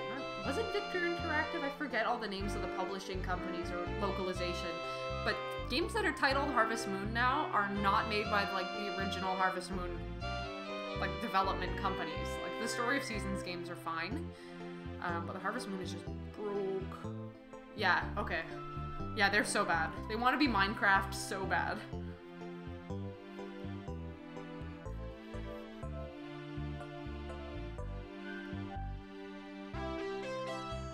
Yeah, I didn't get the newest Trio of Towns Story of Seasons, but I have like the first one and I still play it. I'm finally in like my 4th winter or something. I just like games with grinding, and I think that's true of a lot of my hobbies. Even with knitting, it's just repetitive, it's kind of relaxing, it's, I don't know. Meditative is the way I describe it. Routine is nice sometimes. Hey Nexie, how you doing? Fantasy Life is really good. It's, I think it takes a particular type of RPG fan to enjoy Fantasy Life, just because it is so much lighter. There are some, like, endgamey type bits that are more challenging. But yeah, Fantasy Life for me, like, I found it very sweet. For me, there was a lot of replayability because, again, I like the grinding, so I maxed out all my classes. No, not listening to that song again. Just woke up. Well, good morning.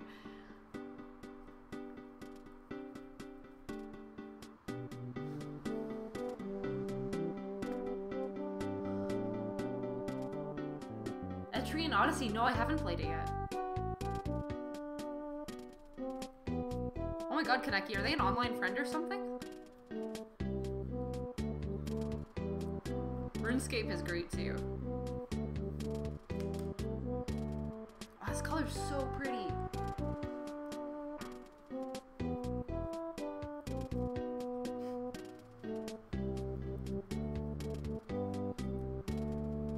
I mean, they could be an online friend or they could be a pen pal.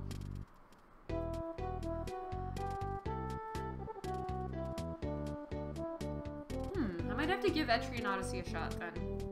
Because this year I played Fire Emblem Awakening and I played Shadows of Valentia. They're both very different games, but what I liked about Awakening was kind of like, okay, people call it like the waifu side of stuff, but like the social stuff was really fun for me. And I think I've seen a little bit of Etrian being like that, so.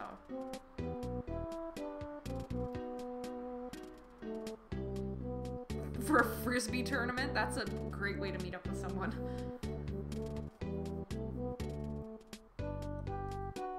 Let me show you something and risk fucking up my entire knitting project. Hang on. Okay, so the cool thing about these circular needles, like I said, is you can detach the tip of them in case you want to use like a larger size of needle or something. But yeah, like it twists off. Hang on. A little fidgety here.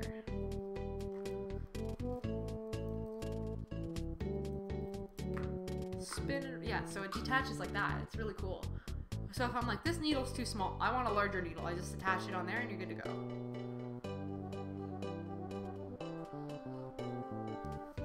Hey MacMain, how you doing? Have I tried the Fire Emblem mobile game? No, I haven't actually.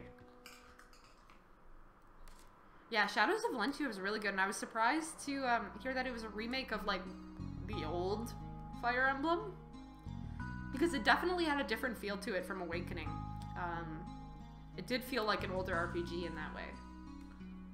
Where can you get a set of those? I got mine from knitpicks.com, which is also where I got all my yarn and the pattern.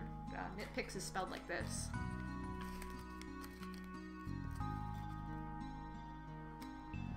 There, that's a little more legible. Yeah, Fire Emblem 2 Gaiden. But I think you can get them in other craft stores too, but these were really cheap. I think they were like $5 or something ridiculous with the cable. And they have different colors of cables you can get too, like greens, blues, reds, whatever your preference is. But I've had a great experience with that site ordering from Canada. Let me show you, like, I'll show you the variety of knitting needle sizes, because I have one right nearby that's like fucking massive.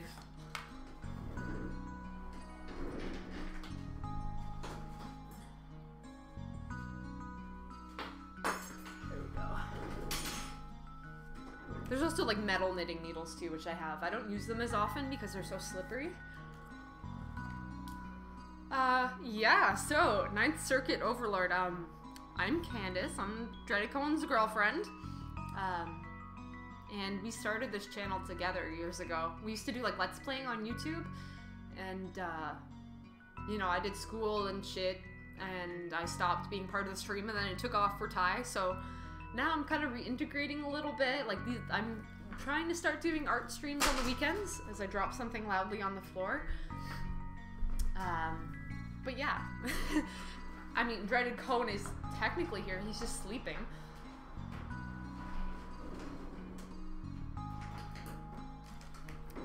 But yeah, let me show you these other needles. Look at how thick these bros are. These hoes are thick. Compare. Look how thick. And I also brought this out. This is, I think, a needle gauge, is a stitch gauge? No, needle gauge, I think it's called. And it's used to figure out what size of needle you have. So this guy looks like he might be, this is a size 11. This is a size 11 needle because it fits through the size 11 gauge. Whereas these ones, I think they're like a 5. Yeah, these are size 5. Pretty cool. There's a lot of knitting tools. Like, it's such an old craft. Let me see. I will put on some Chrono Cross.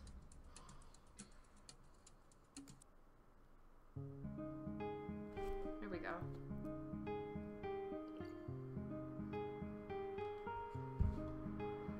Yeah, where were we? Where was I? Where am I? Chronic cross, when you smoke too much of the weed and you died 10 years ago.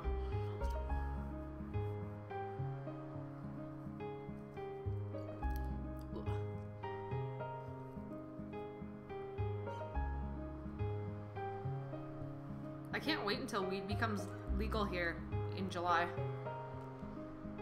It's great. I'm gonna hook Bandit up with dog weed. Because he needs it more than anyone in this world. Oh, hey Stanzy.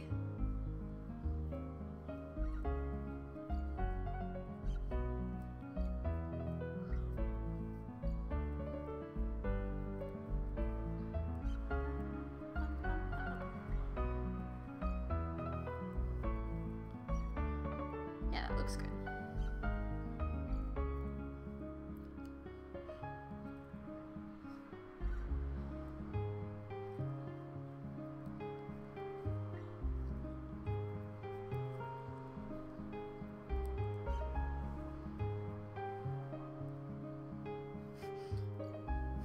Smoke enough weed to die.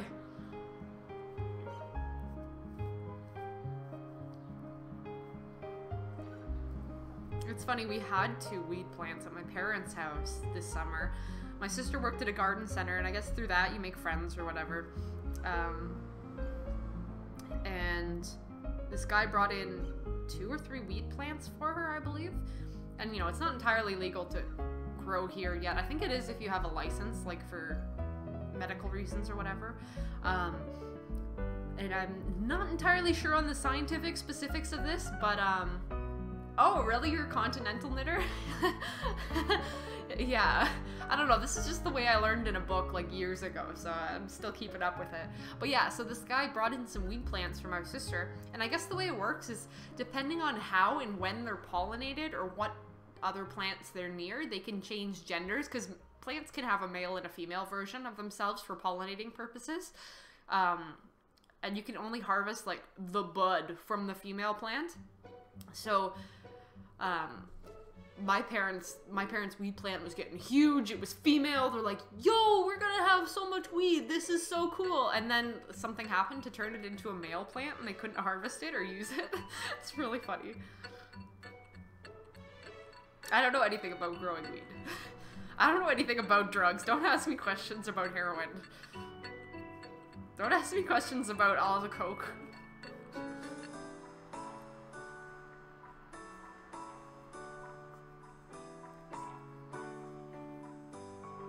But I thought that was a funny story. Because my parents got, like, tricked by nature and science. It was really funny. And really, it's something they weren't legally supposed to be doing, so it's kind of funny in that way, too. Where do I have my decrease happening? Let me do a little count here, a little head count.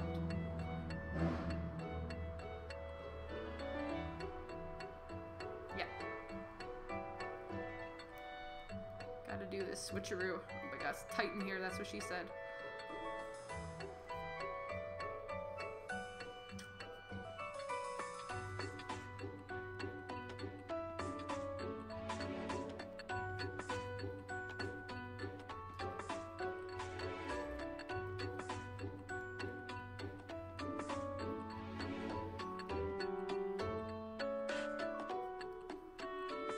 There we go, that's better.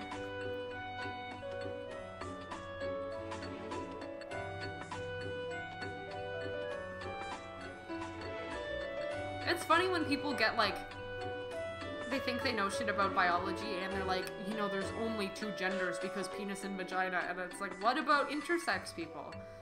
Like, if that's the stance you're taking, what about people who have, like, a vagina but have a Y chromosome? Like, you can have that. You can have chromosomes that don't match, for lack of a better word, with your genitals. Like, it's so stupid. People are stupid. They're narrow-minded, and they think they're scientists.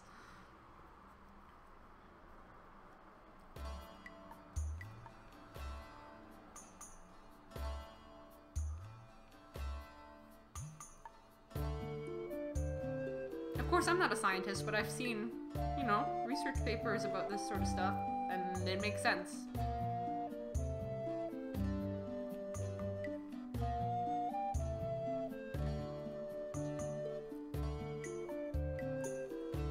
If that's, like, the level of proof or, like, research you need to give a shit about trans people.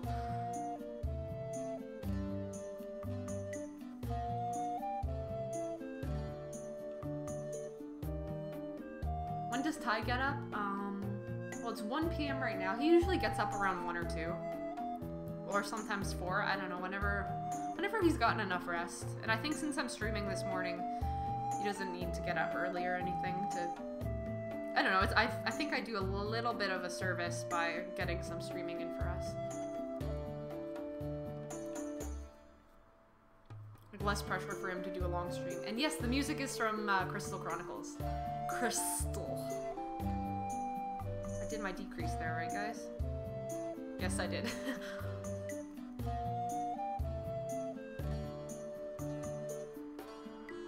I don't know, it's a lot more fun being open-minded, too. Like, the world is so much more interesting when you approach it with, like, a sense of curiosity and a desire to learn and, like, whoa, how'd that happen? How'd that happen? Hang on a minute here. What did I do with you?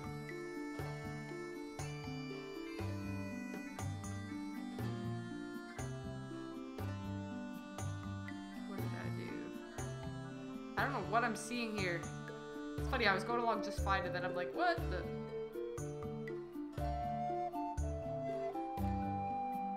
I done goofed.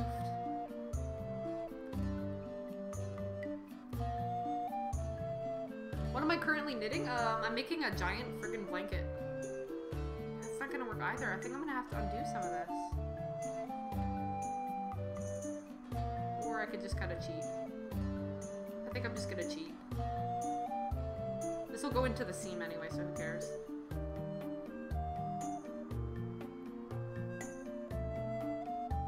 Here.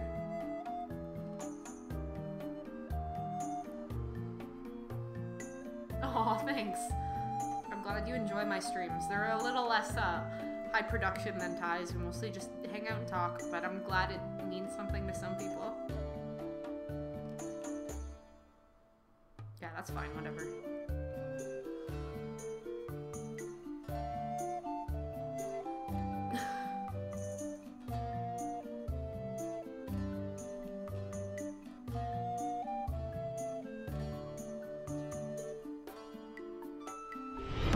Welcome to the Scrub Club.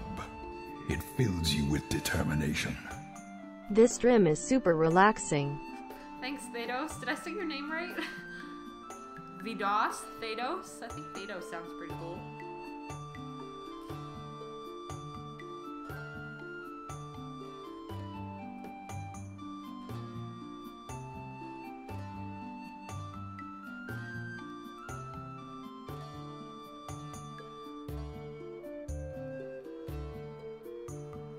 Oh, I did get it.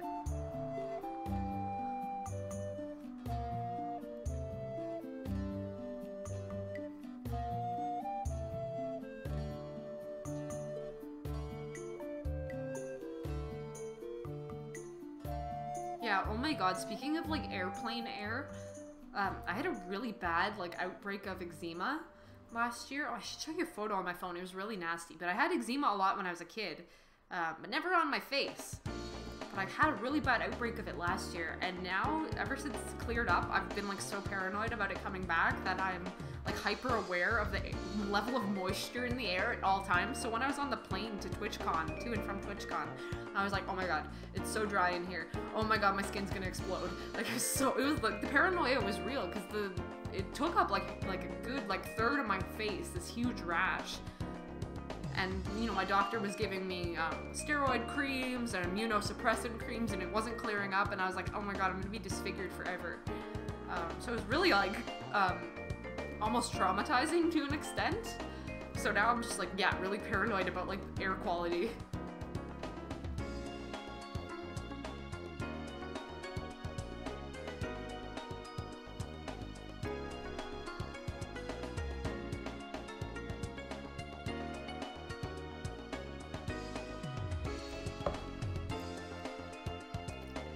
Elon Musk, please cure my eczema.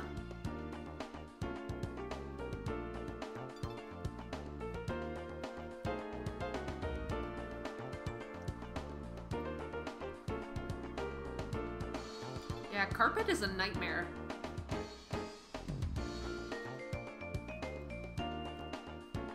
Especially with pets, and like, oh my god, imagine if you had, like, I just think about apartment buildings that have carpeting in their hallways or like in their lobbies or whatever, and then if they get like a big bad like bed bug outbreak, that's a lot of bees. Big bad bed bug outbreak.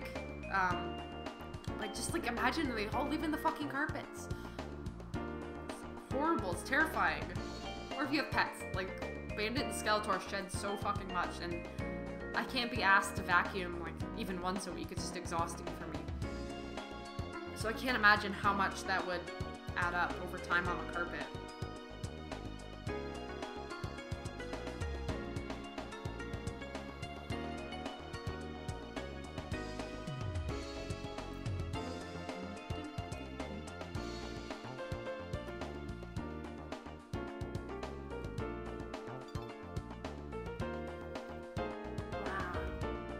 So pretty and bright. It didn't look that different from the other color at first. That's actually a nice subtle change. These are like some of my favorite colors too. I love blues.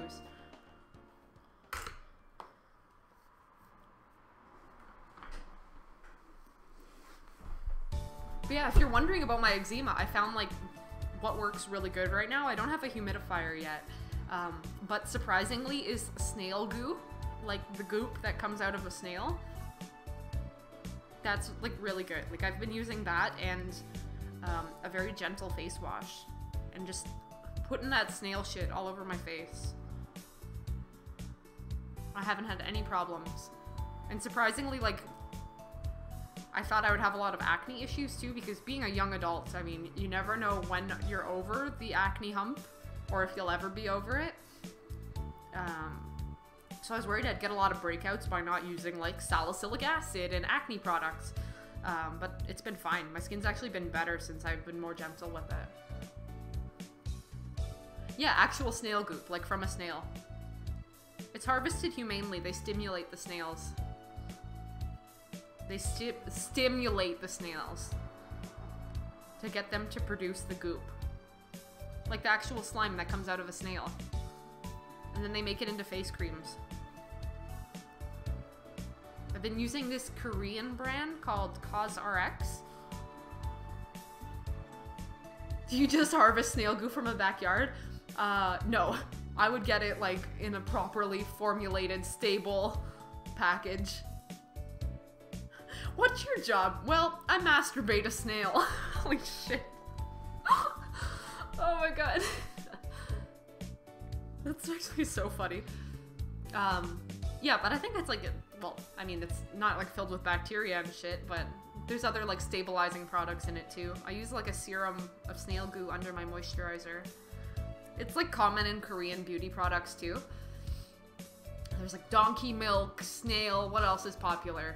Caviar, all sorts of stuff. So, oh, sometimes snails are murdered for sure. But it's easier just and cheaper to keep them alive and just harvest it continually rather than having to get new snails. And the company I get it from has like a cruelty-free guarantee, even though it's not a vegan product. It's not like they abuse this. I'm very concerned with the state of snail abuse in cosmetics. Oh my god. I've definitely done the donkey milk thing. It's a lot of work. Aw, thank you. Thanks for coming to the stream. I don't know if you can eat all types of snails. I think certain types of snails are probably better for producing the goop and better for eating. There's probably snail porn out there, yeah. Just look up like snail harvesting or something, snail goo.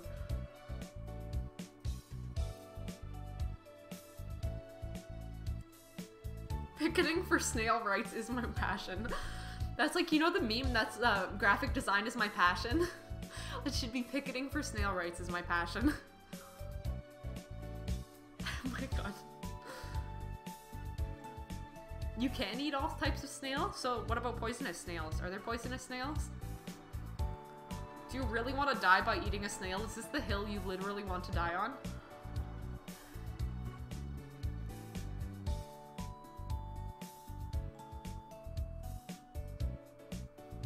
Hey, it's actually turning out! We're actually like knitting.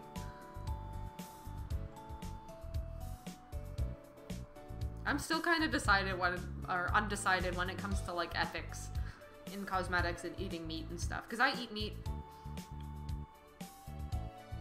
but I don't like products that are tested on animals. So I don't know. There's definitely some hypocrisy there in the way I go about living my life. But whatever.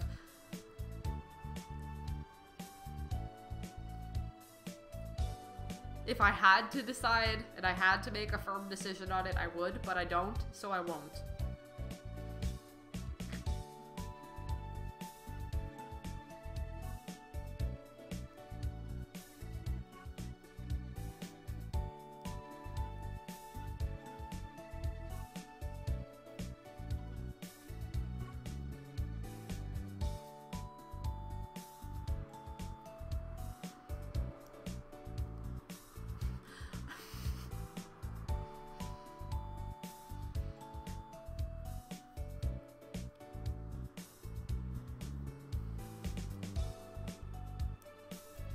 My coffee, I did.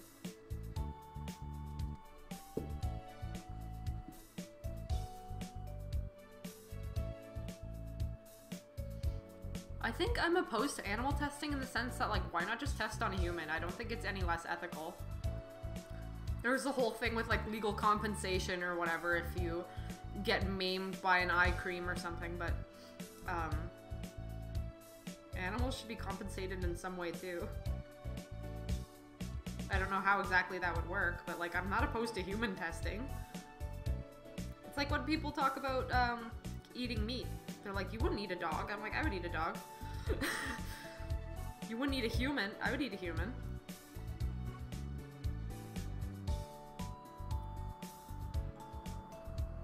I definitely think we should divide the wealth of the richest people in the world and then use them for medical testing.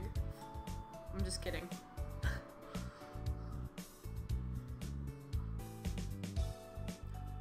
Yeah, and obviously, like, as a white person, I have different views on ways animals are used at all. Like, spiritually, like, was mentioned by, oh my god, your name's in white, I can't read it. Afro Carrot, for example, like, worship the animal for the meat it provided them to live. Like, I don't attach any of that spirituality to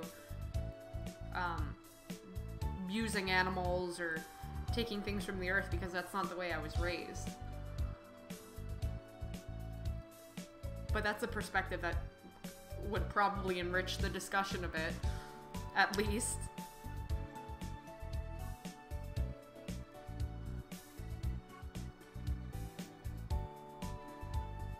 It's like debates on, like seal hunting, for example. They do it in some northern Canadian provinces and territories as part of their culture. They do it sustainably, but down here, we see it as like a very like disgusting thing, like how can you hunt seals, etc. So it's conflict of culture in that way too.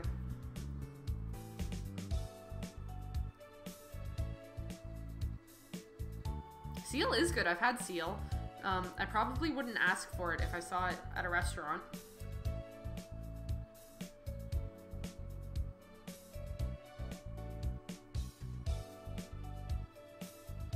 When we were in Newfoundland when I was, oh my god, it was like 5 years ago. We were in Newfoundland staying with Ty's aunt. And she made us seal in the slow cooker. And it was just, like, the texture for me was almost like, if it was flaky like a fish or like a giant tuna would be. But kind of more moist and oily. Maybe that was just the way she prepared it, but it was good. Yeah, Newfoundlanders. They have like the best knitting patterns, let's be real.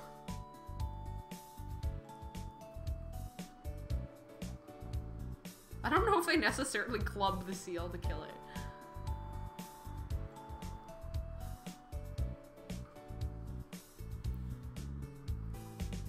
Seal pie.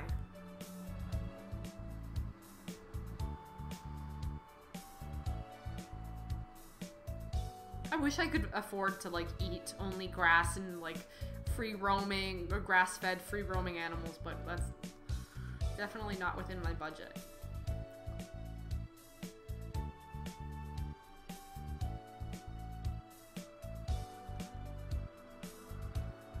I don't know if I could deal even being vegan or vegetarian, not just because, oh, I love meat, I don't know if I could live without it, but like restrictive diets for me are very risky just because of my history with eating disorders.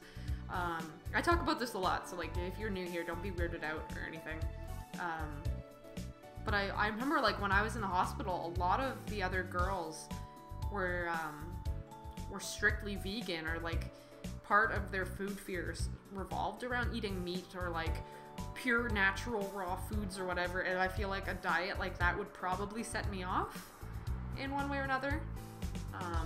So yeah.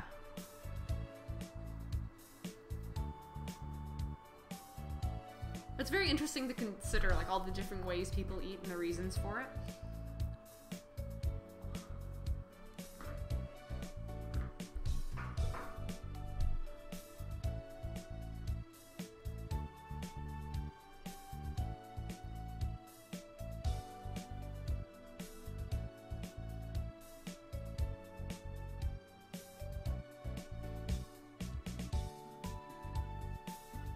Yeah, some people just straight up don't like meat, but,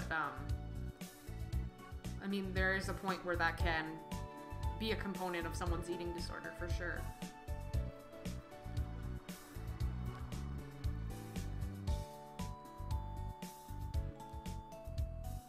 And food aversions, like, exist outside of an illness. Like, just because you don't like eating, I don't know, pickles, doesn't mean you have an eating disorder, right? Like, lots of people with autism will have aversions to certain food textures, for example. So, I mean, yeah, I'm not necessarily saying that anyone who avoids a certain food has an eating disorder, but it was a component to a lot of these girls, their illness.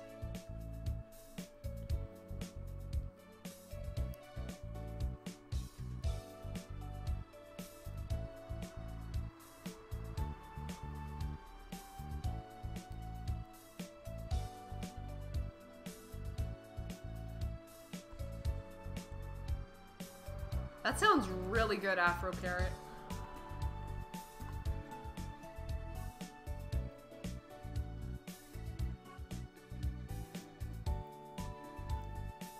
Oh, massaged cows.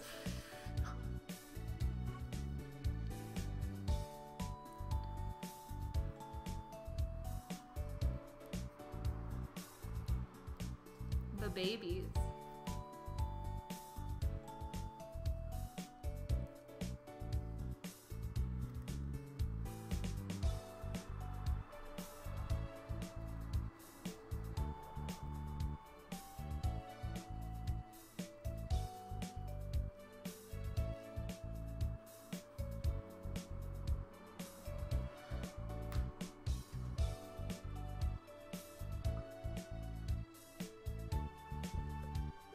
I am knitting with, it's an acrylic blend. I think it's just plain, no, it's 100% premium acrylic.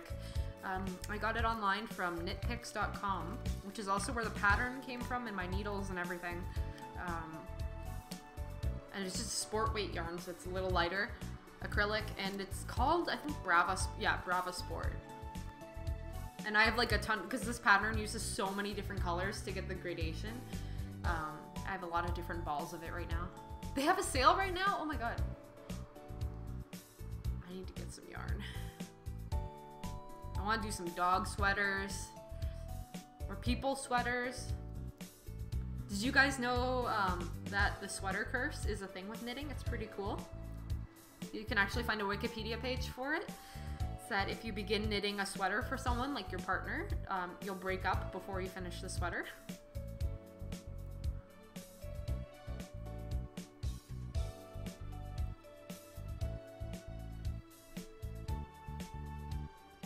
Sock curse land? Really? I've never heard of that. What part of Newfoundland are you from?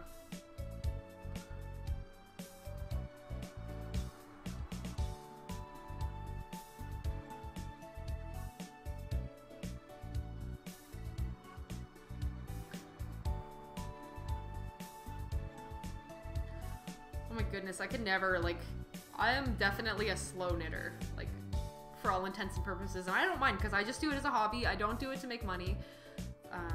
Yeah. But yeah, I could never, like, finish something in one sitting. My goodness. I like knitting slowly. I like to draw it out. Whatever.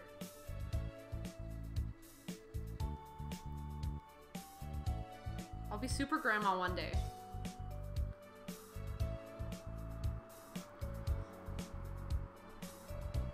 Yeah, my boyfriend is, his family's from Newfoundland, and I made him... Candace, the fiance, said thank you. Wait, for what? But yeah, my boyfriend's family's from Newfoundland, and so I made him this pair of trigger mittens a couple years ago. Because, like, I'm sure you're familiar with the more traditional Newfie mitts that have kind of that circular pattern. But yeah, I made these for him a couple years ago. They're a little, like, worn out, but they're really good. Like, what I wanted to do at the time was get that, what's it called? The thread that's the conductive threading, so you could use your phone and put it on the tip, like maybe embroider a design, but I never ended up doing that. It's whatever. But Newfoundland has the best mittens, honestly. Ty's family's from Newfoundland, yeah. His grandma lives there. I mean, most of his family lived there for a long time. He spent most of his childhood there, or like the summers. Yeah, Ty's my boyfriend. Isn't it weird hearing him referred to that way? In that way?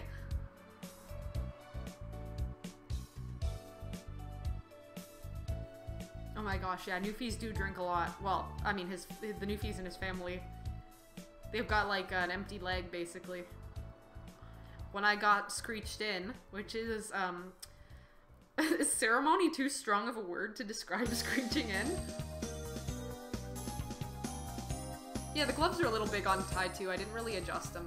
But when I got screeched in, which is like a Newfoundland ceremony to become like an honorary Newfoundlander, you have to do a shot of screech, which is like Newfie rum. It's a thing. Yeah, it's a really formal word. But like I had to wear a raincoat and like a rain hat, or like fisherman's clothing, I think it was. I don't think rain hat is even a thing. And I had to kiss a fish. I had to read something off. I did kiss the cod. Oh yeah. It was funny. And since Ty wasn't born in Newfoundland, he got screeched in too. This may sound weird and inappropriate, but I hope Ty was gay. Well, sorry to inform you that he and I have been dating for like almost 9 years.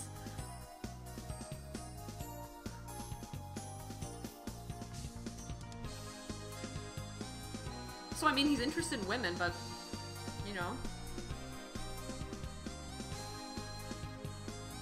I don't know where I'm going with this.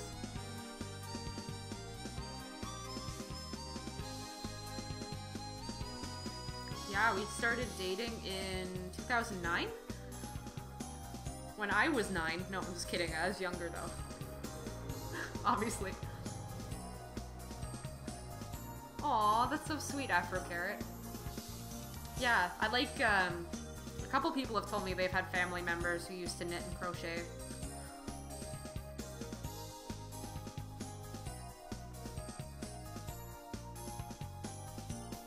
Working on the bauble cowl.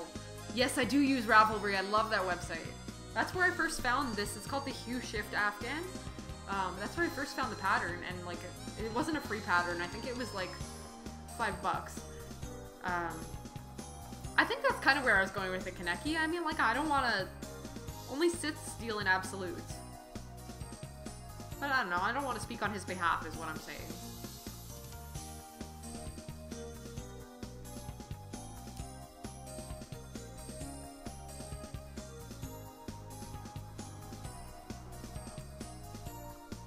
I mean, maybe that's more of me bringing my own personal bias into it. Like, I don't like to define myself in any particularly strict way, because, I don't know, I might meet someone or learn something that'll change my views.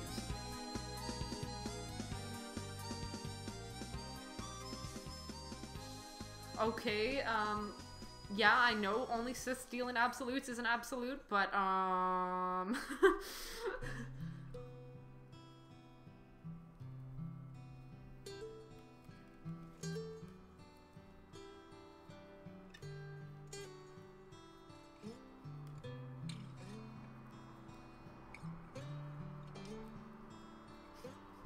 You know, you're entirely right about that. You know what? Yeah, Jedis are prudes. Oh my god. I would not be a Jedi. I think I'd be a Sith.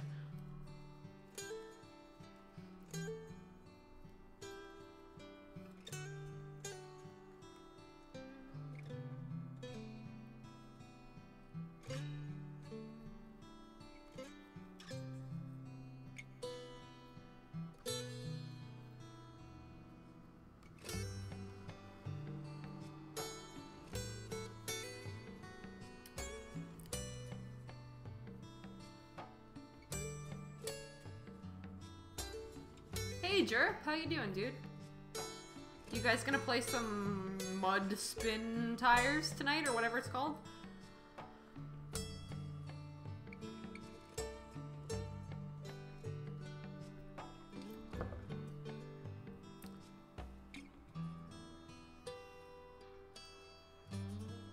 We're gonna mud wrestle. Oh my gosh, I would pay to see that.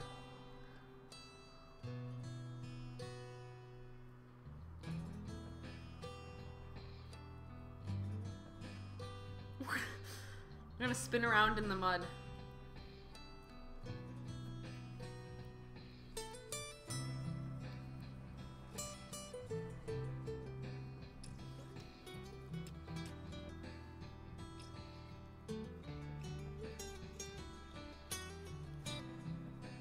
Yeah, Jedi are like a country club.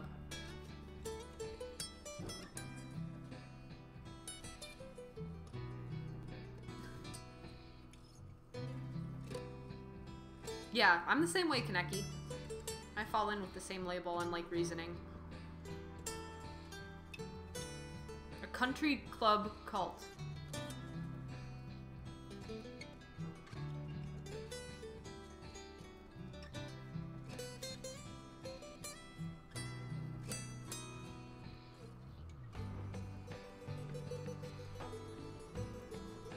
Extra gym towels, nice.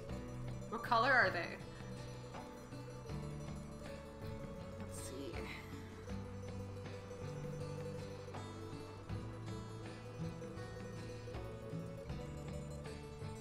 Pantaloons.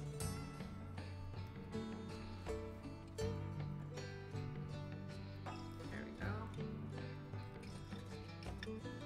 High risk white TM. Aw, I'm glad that you're finding it relaxing. It's relaxing for me too, and it's kind of nice to like just not knit in the quiet. It's nice to have people to talk to.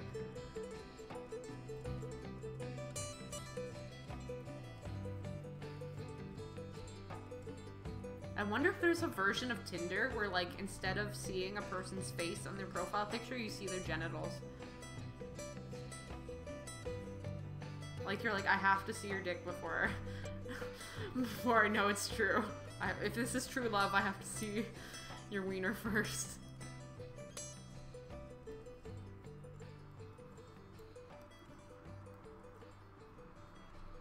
It's called chat roulette. Oh my god.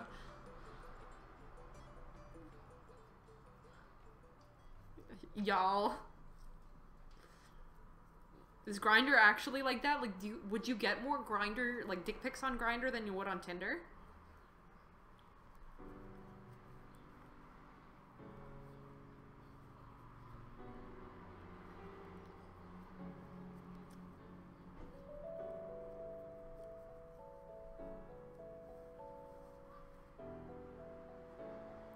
Pretty colors.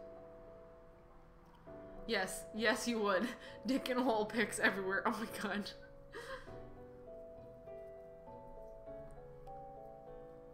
Well, I guess it's good to be up front.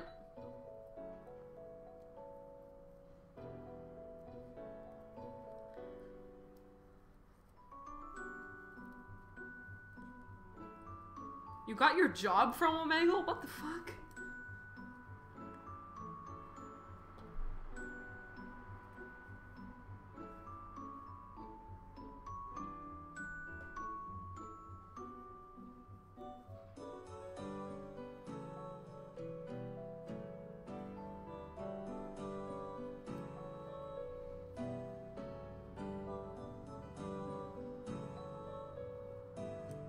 I'm gonna grab a sweater because I am so cold. Omegle? Or I don't know how people say it. Omegle? I guess it's like GIF and GIF.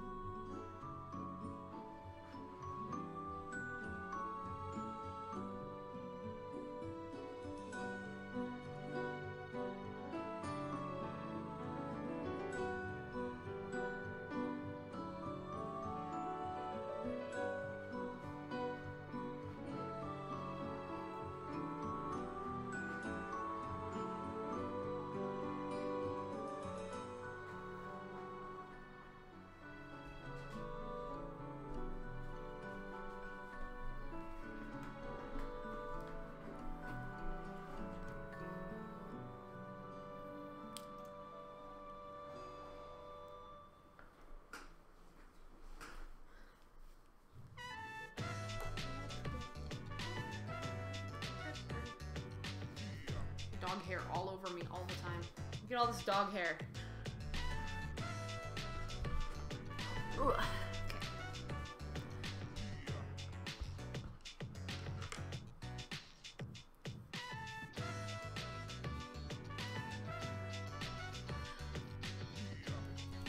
That's sweet, Underlinked.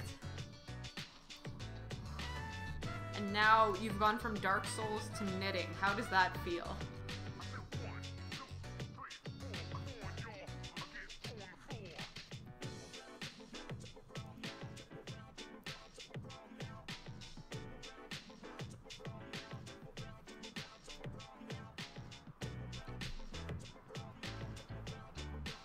An edgy grandma.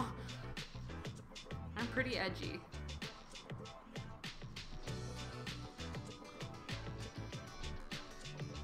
You can get like random little knots in your yarn like this. What are you? Oh my gosh. I get so hungry when I stream. What is going on with this little dude? I didn't do this. This is not my beautiful house.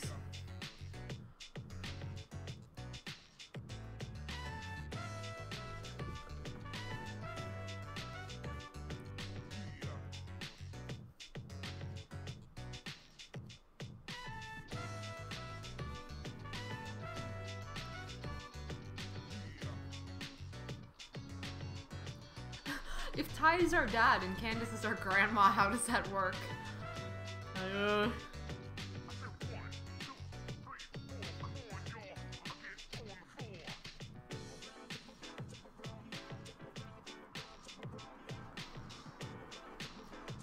Ty is a grandpa that looks like a dad. We had an Uber driver who said he looked 12. It was really funny. Like, we were taking an Uber at night, and he straight up, like Ty mentioned, his actual age. And the guy turned on the light in his car and turned around and looked at Ty, and he's like, "You look like you're 12."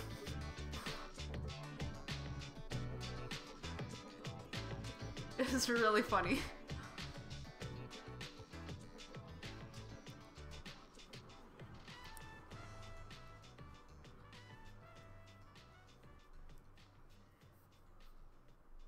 What do you think of me? I don't know.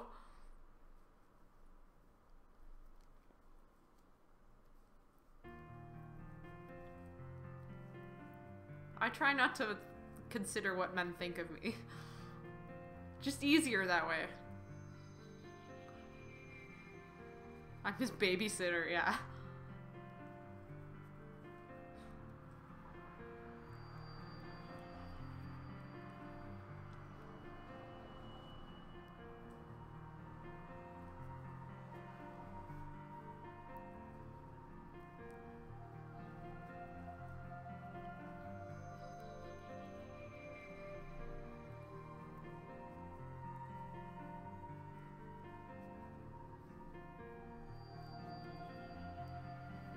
Bandit is my real dad.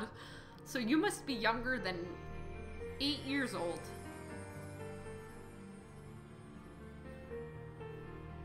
Unless Bandit is older than 21, then I'm really confused.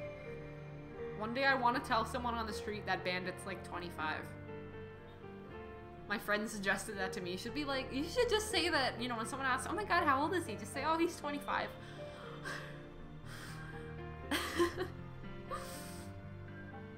I hope Bandit's immortal, I really do. Bandit is 8. His birthday is June 16th, I think.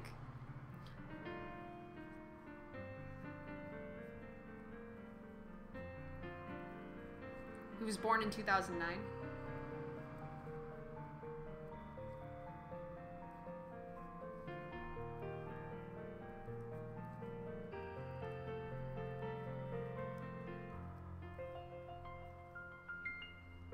So he's 56. He sure acts like a grouchy old man, that's for sure. There's doggy style and then there's doggy years. You don't want to get those two mixed up. You don't want to talk about how old your dog is doggy style. That's just weird.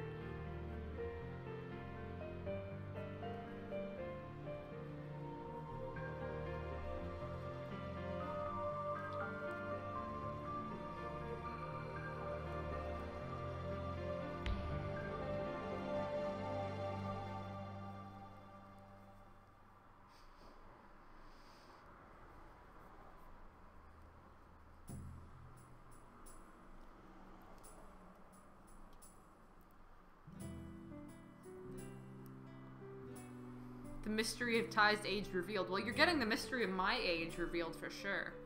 I was born in 1993. I'm 24 right now. But how old is Ty? Where do you get the piece of evidence?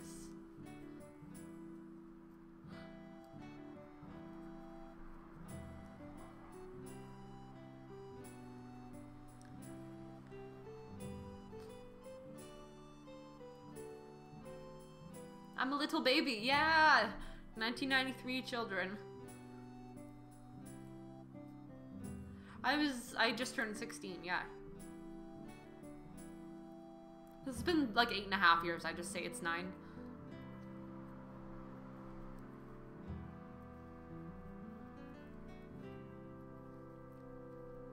Ty was 75 when we started dating. I met him at my grandfather's funeral.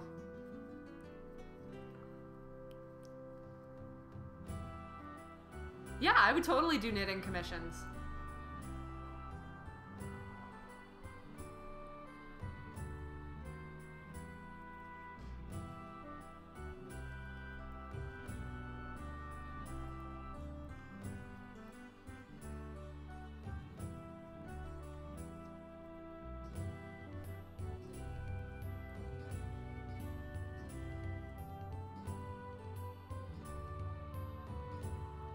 I'm personally 210.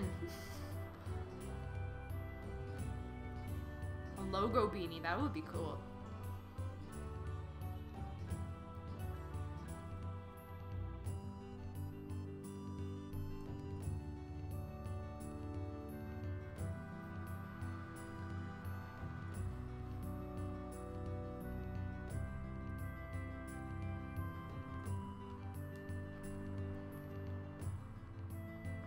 No, it's 16 here.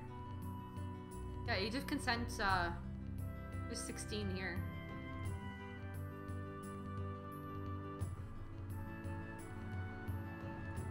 Or at least it was. I don't know what it is now since I'm not 16. Doesn't really matter to you once you get over that. Well, I mean, I guess it should matter to you, depending on who you're dating. But given that I've been out of the dating game for 8 years.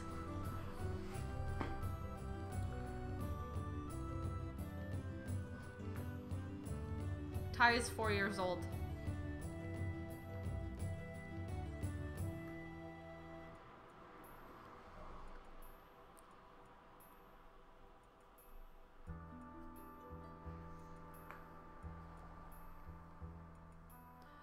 Oh my gosh, my biceps are so sore.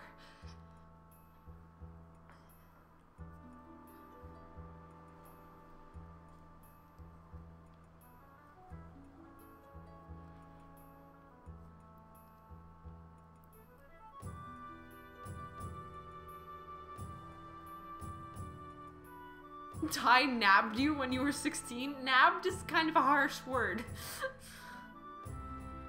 I was a thinking, functioning human being at that point, so I wasn't nabbed. At least that's how I feel about my own personal situation.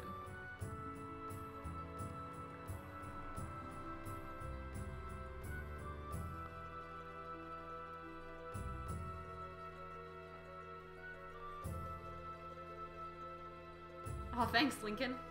Yeah, Ty made it for me last night.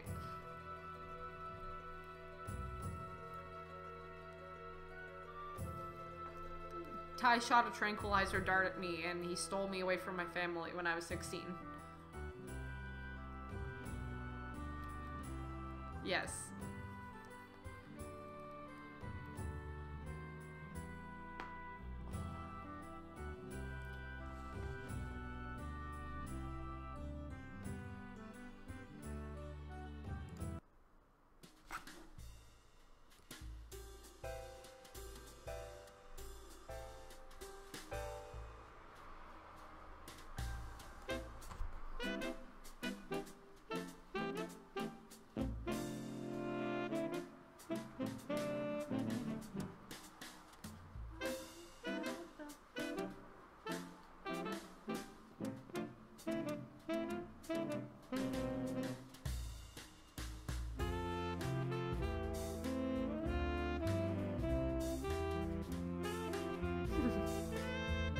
Oh, I want pizza too. Oh my god, that sounds really good right now.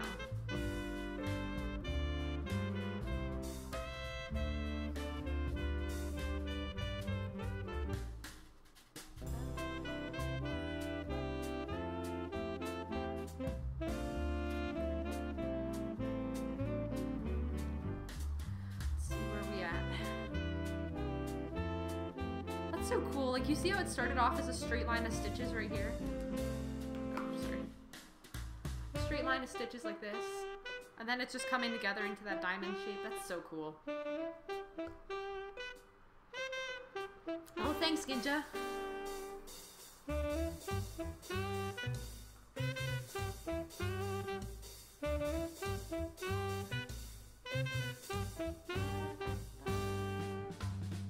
What's a Marion? Yeah, I'm always so lazy with food. Like, I always end up having the same breakfast, basically. But then I'm like, bagel is not nutritionally valid for this amount of time.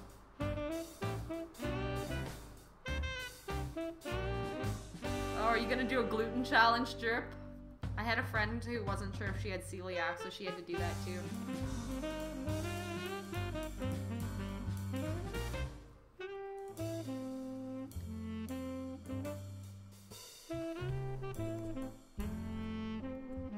Oh, 16 wings? That's not enough. You need more. 16 wings is never enough. Unless it's 16 pounds of wings, then you're good.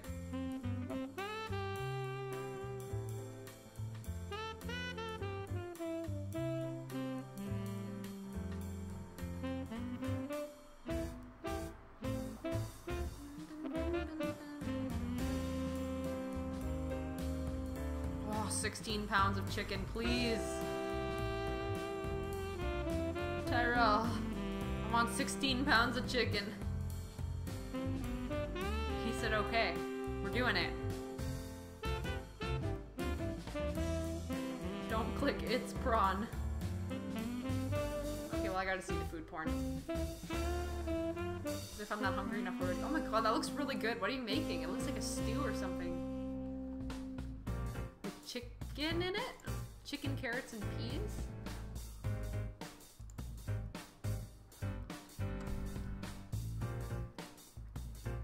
I'm always hungry. Food goes through me so fast.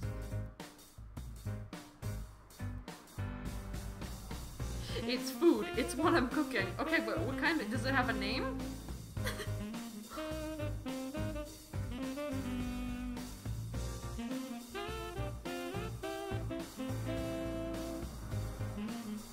Chicken, broccoli, beans, peas, and carrots. That sounds good.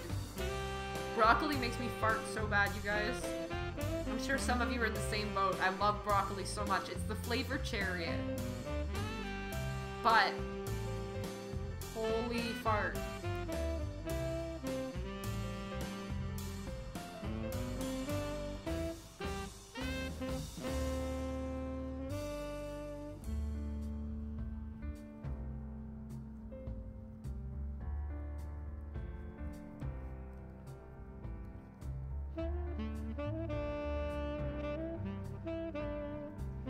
Dogs love Barkley. Gnarls Barkley.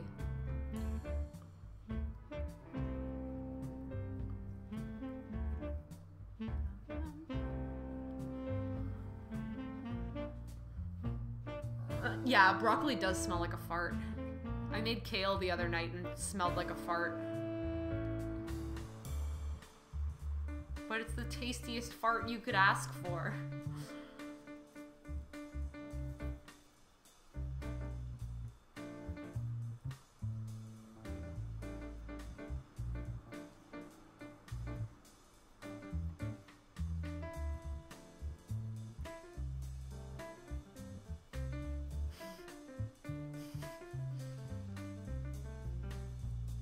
Broccoli's fantastic.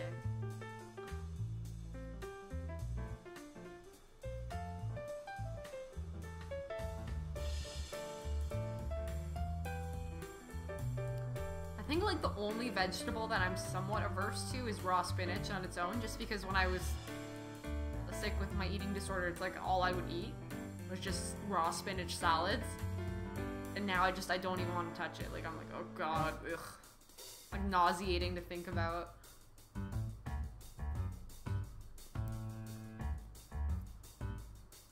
But apparently spinach is more nutritional if it's cooked anyway, so I think I've tried bitter melon and I'm pretty sure I didn't like it, or it's just maybe my mom sucked at cooking it. I don't know. No offense, mommy.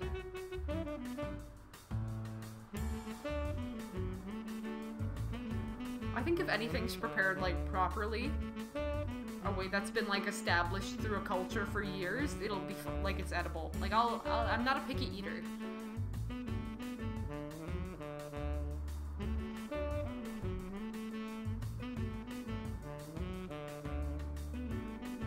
Hey Slimy, what's up? Just talking about your snail friends, your other slimy friends. And how I like to put them on my face.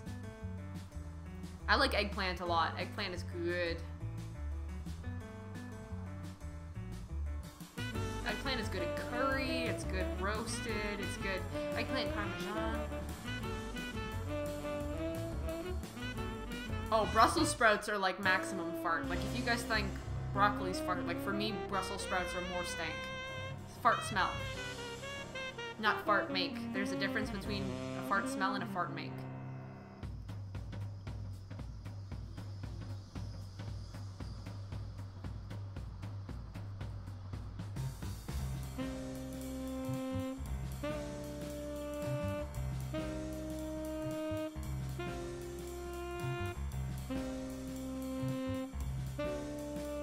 They are so good.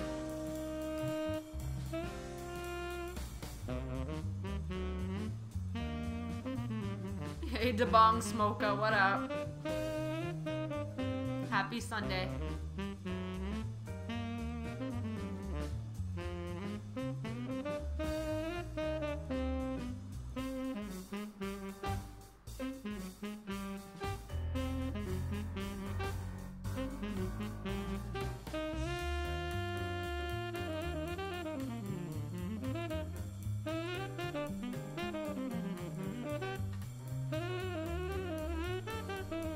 think I've only ever had Brussels sprouts boiled.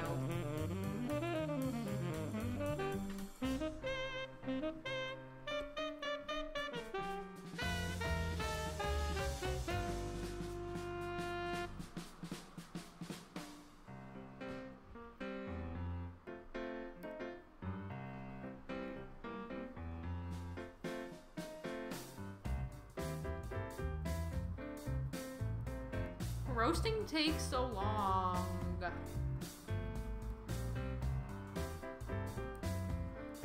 Hello, Tyrell.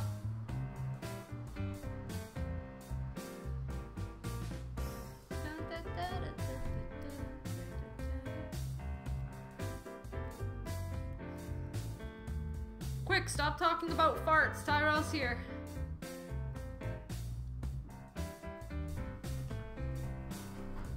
I don't know anything about cooking methods and nutrients. I just eat whatever puts the food in my body faster.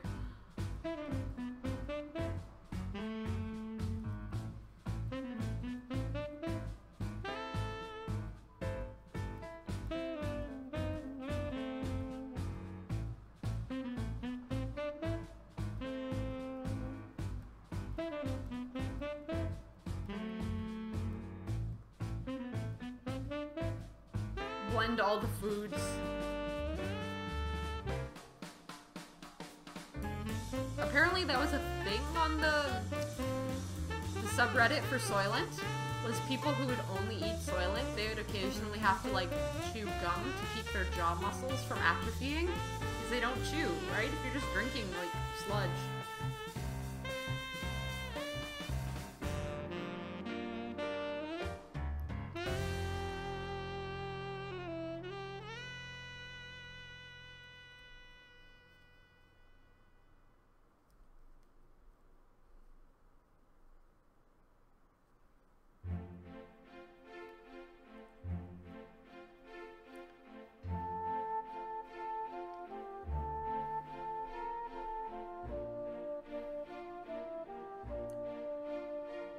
I'm pretty sure Soylent has enough vitamin C in it.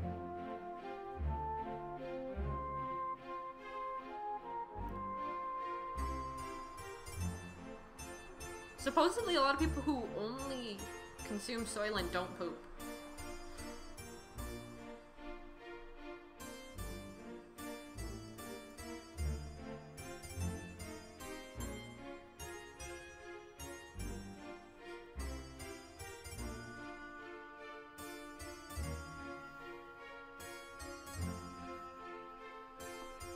I don't know how it is for your gut flora either, if you're just eating the same thing all the time.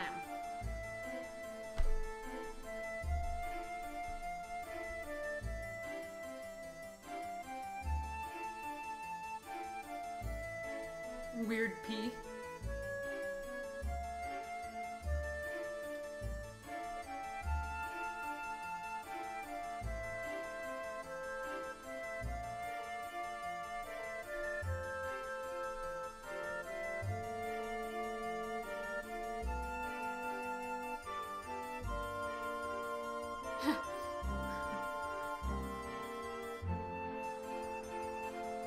Yeah, pea and pork soup. I'd only had like normal, like plain split pea soup growing up, but with like a nice ham hock, like smoked ham hock or like some bacon, it's good.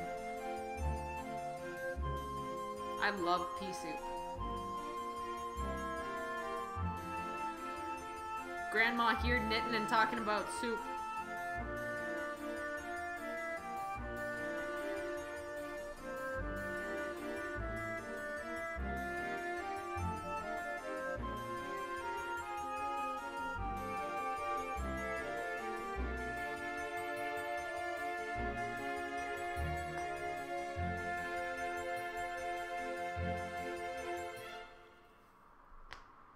Oh, cracking my neck. Feels good, man. Maybe I'll have ramen for lunch. Fuck it.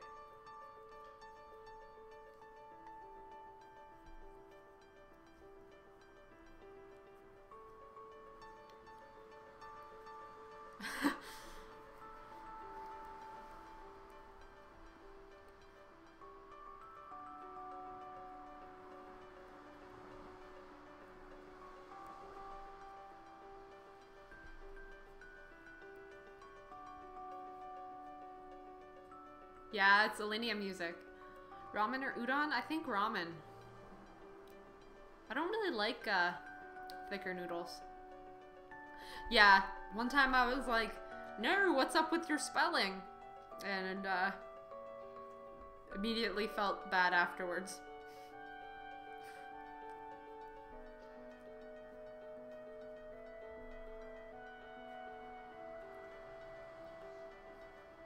I'm pretty used to some people coming into chat really like drunk and typing weird on occasion, so yeah. Restaurant ramen is really good. Oh my god, I could go for that right now. Oh my god. Oh my god.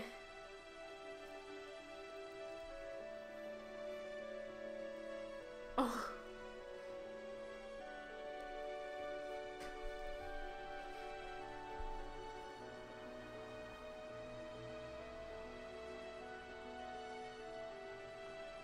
I'm gonna take this stitch marker out since I don't need it anymore.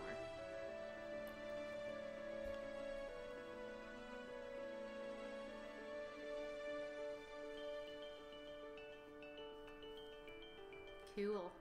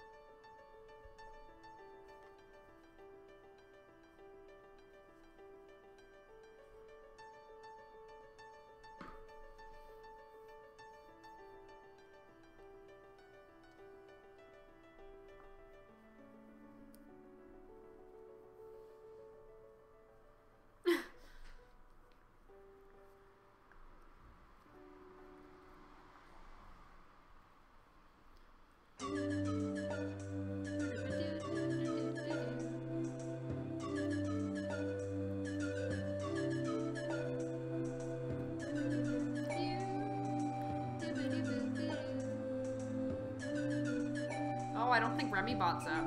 I don't know how to do that. I'm just a lowly weekend streamer here. Next weekend we'll work on some pixel art.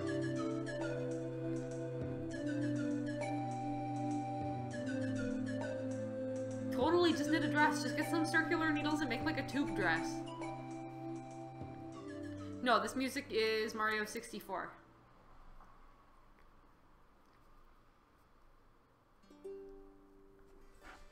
I'm gonna skip this one.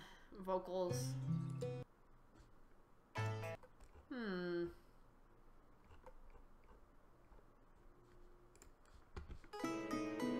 Here we go.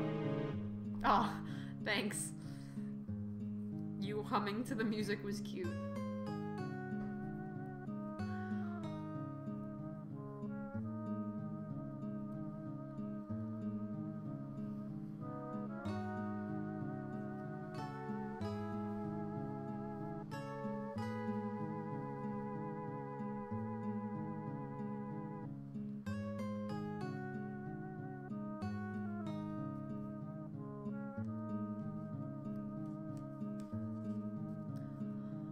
Probably gonna knit for another, I don't know, let's call it 20 minutes to make it 3 hours even. And because I want to get some lunch, and then Ty'll come back later. Ty'll come later. Ty'll come back later and do a game stream in the evening. Yeah, Twilight Princess.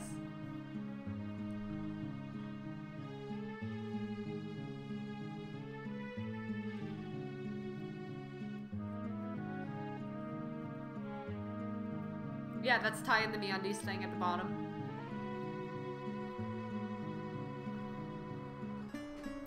Wait, when are you supposed to do Mud Runners? Oh my goodness, baby. Oh, that's okay, Nexie. Hey, Pretty Fresh, what up? Thanks for coming to Grandma's stream.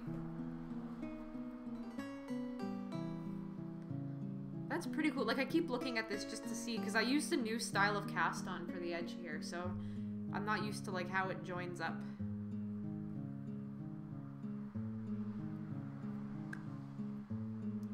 I think it'll be okay.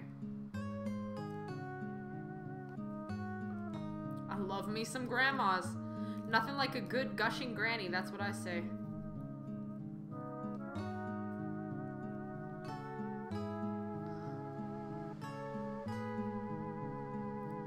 Good old-fashioned gushing grannies. Goodbye. I understand if you need to leave the stream. Whoa! Whoa! That was weird, but hey, 2 months. Woot.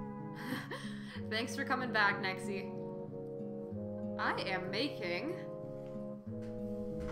a big motherfucking blanket. Or an Afghan, I guess it's called technically in the pattern, but I don't really know the difference between a blanket and an Afghan, but I'll show you a photo of the pattern.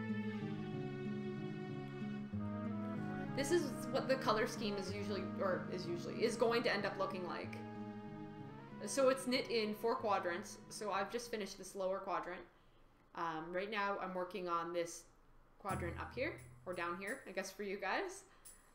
And then I'd have to finish the other 2 squares. So it's like a long time rainbow blankie. When it's finished, let's see, there should be a good picture of it here. Oh, that'll do. Yeah, like that. It has a black border on it, and I'm gonna cover the back of it with like a soft fleece. Oh. So an Afghan is a blanket, but specifically knitted or crocheted. That's cool. Thank you. Combat blanket. Yeah, some people say it's taken them like a year, and I'm a slow knitter, so it's probably gonna take me a couple months, but I don't mind.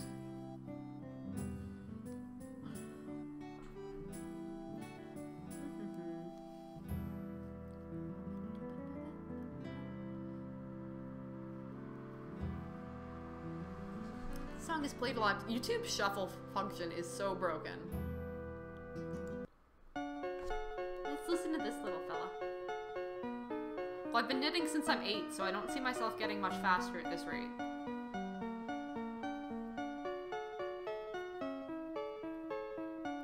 I mean, not consistently, like, since the day I turned 8. Like, I maybe do 1 project every 2 years. That crazy kid from Vault 101. Thank you, Merc Slayer, for the subscription.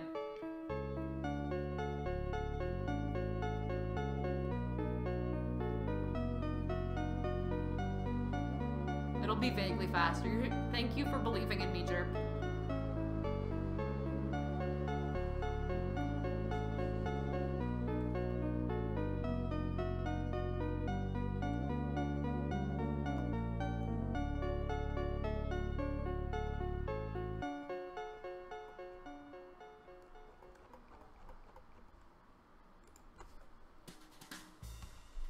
Nope. Heard this one like 60,000 times.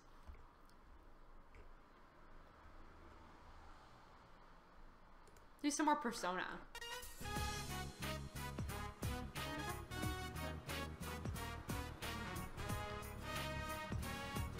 Oh, jerk.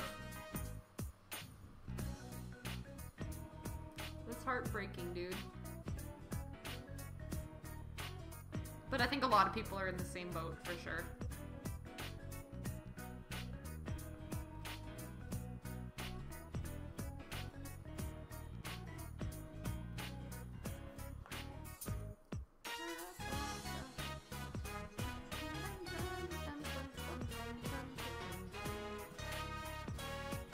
Thou art I.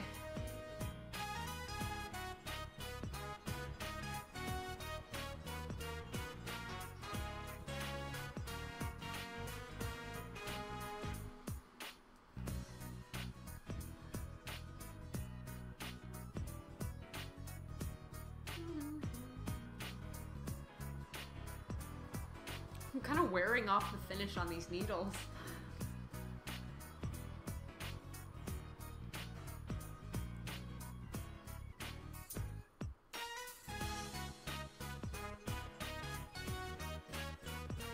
I should put some Catherine music on here.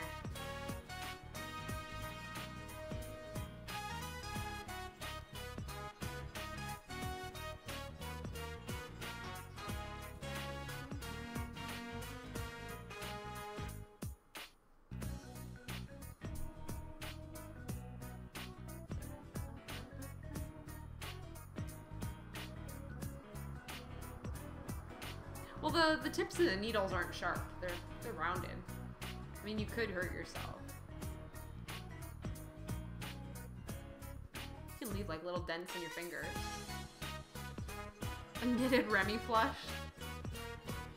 I could probably crochet something like that. Or even felt it. That'd be good too. Felting is awesome. I wish I had an example to show you guys.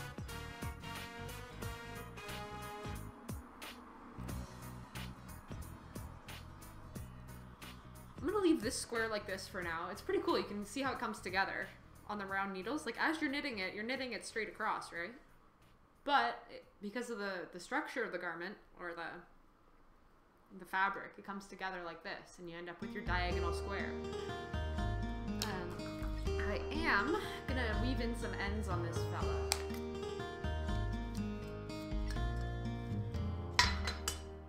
Felting is, yes, very dangerous.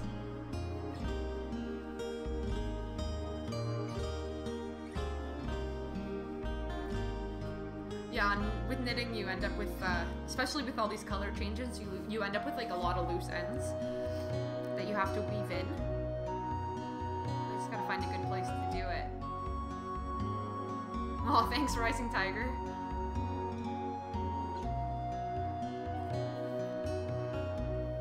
Just gotta find a good spot to go in.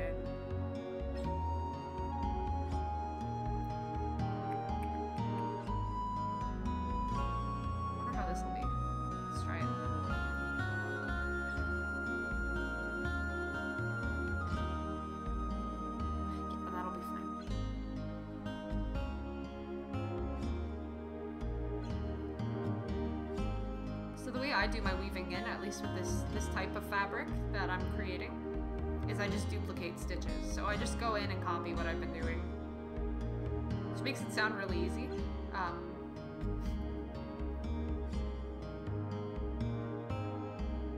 That's fine.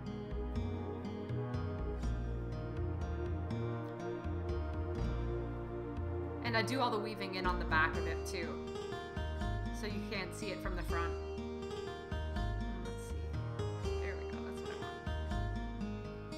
It's kind of clumsy when you get the seam bumping you.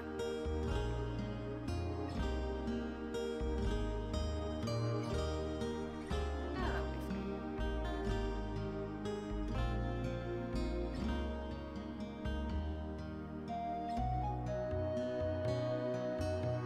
There's like a gajillion different ways people weave in their ends.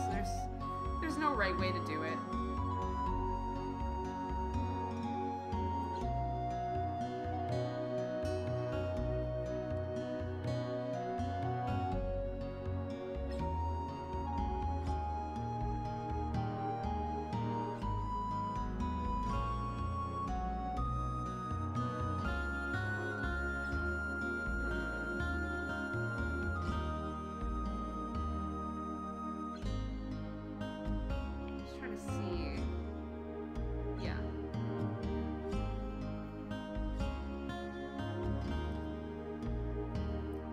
OST. On this playlist, I only have music from games that I've actually played. Like, I've watched my brother play Lufia, but I haven't. But I'll look into it.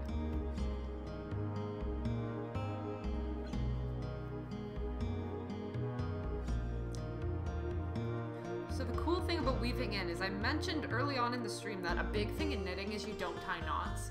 Or at least I was taught not to tie knots. Not.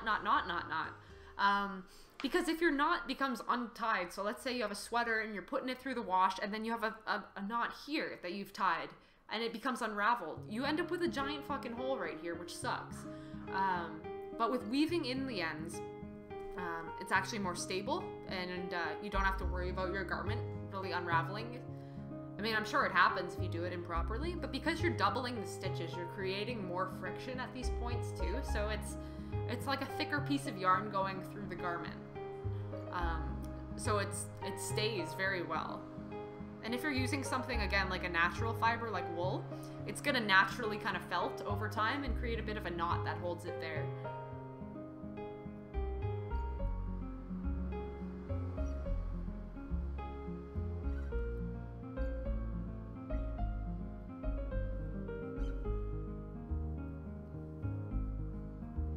most people do like 4 to 6 stitches they weave it in for. What did I do here? But I usually go until I'm get like close to the end of the yarn, just because I'm paranoid about it falling apart. Seam is in my way. Get out of my way.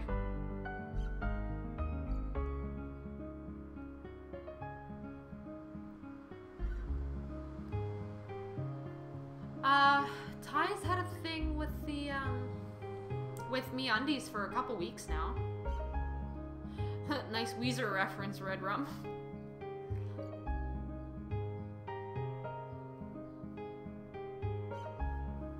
When I flip it over, it's invisible. You can't even see the stuff I've been doing.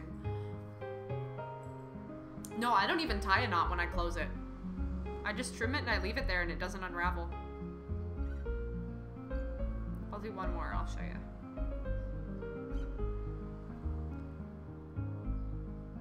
Then I gotta get food because I am a hungry girl.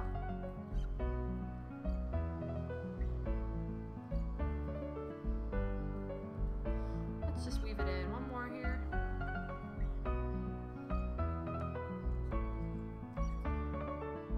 Yeah, I usually just trim it like there. And since it's on the back, you're not gonna see it. There you go. And this, if I pull on it, it's not going anywhere. Like maybe it gets eaten up a tiny bit into the garment, but it's not gonna unravel all the way back to here. I've had like no backseat knitting. What am I gonna eat? I don't know. I don't have a lot of food that's not dinner food. Like I tend to shop for big meals, but that's like I shop when like I plan dinners, but when it comes to lunch and breakfast or whatever, it's kind of fend for myself. I might just have ramen. But yeah, no, I've never had an end come unwound like that. I was explaining, hang on, let me find the spot. I did it here, right? Yeah, I was explaining that the way I weave ends in, I've been reading about this lately, so I'm a little bit more up to date on it, is that it's called duplicating the stitch. So basically I just follow along where the stitch was, and what that does is creates a stitch that's like twice as thick as the yarn is. So like this area here where I've duplicated the stitch, you have a thicker yarn going in here, so there's more tension and more friction in there, which holds it in place. And yeah, I haven't had it unravel, and even if it did unravel once, the friction created by going back and forth and over and through and like going through the fabric, it's not gonna unravel back to that point. And then when this is all done, this is the wrong side of the fabric with all the loose ends, right? I'm gonna cover it with a black fleece, so I don't even have to worry about it. So a lot of people put backings on like their crocheted and knit blankets, so yeah.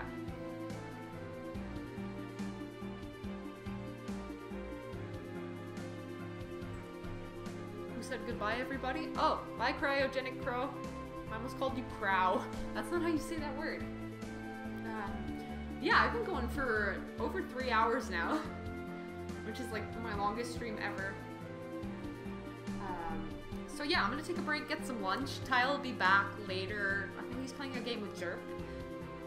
So if you want a gaming stream, come back a little later tonight. I'm just reading Robert's message. Yeah, there's like totally different methods for ending your knitting. You knit patterns for dream catchers, that's so cool. I don't know, maybe knotting's more appropriate in dream catchers, because don't they use like a thicker, twinier kind of yarn? Or you can use a thicker yarn, I guess. But yeah, I'm gonna take off, get some food, have some water, see my boyfriend, who's apparently technically my partner more than my boyfriend, and yeah, thank you everyone for coming out and like watching me knit and talking to me. It was a lot of fun. So yeah, you take care, guys.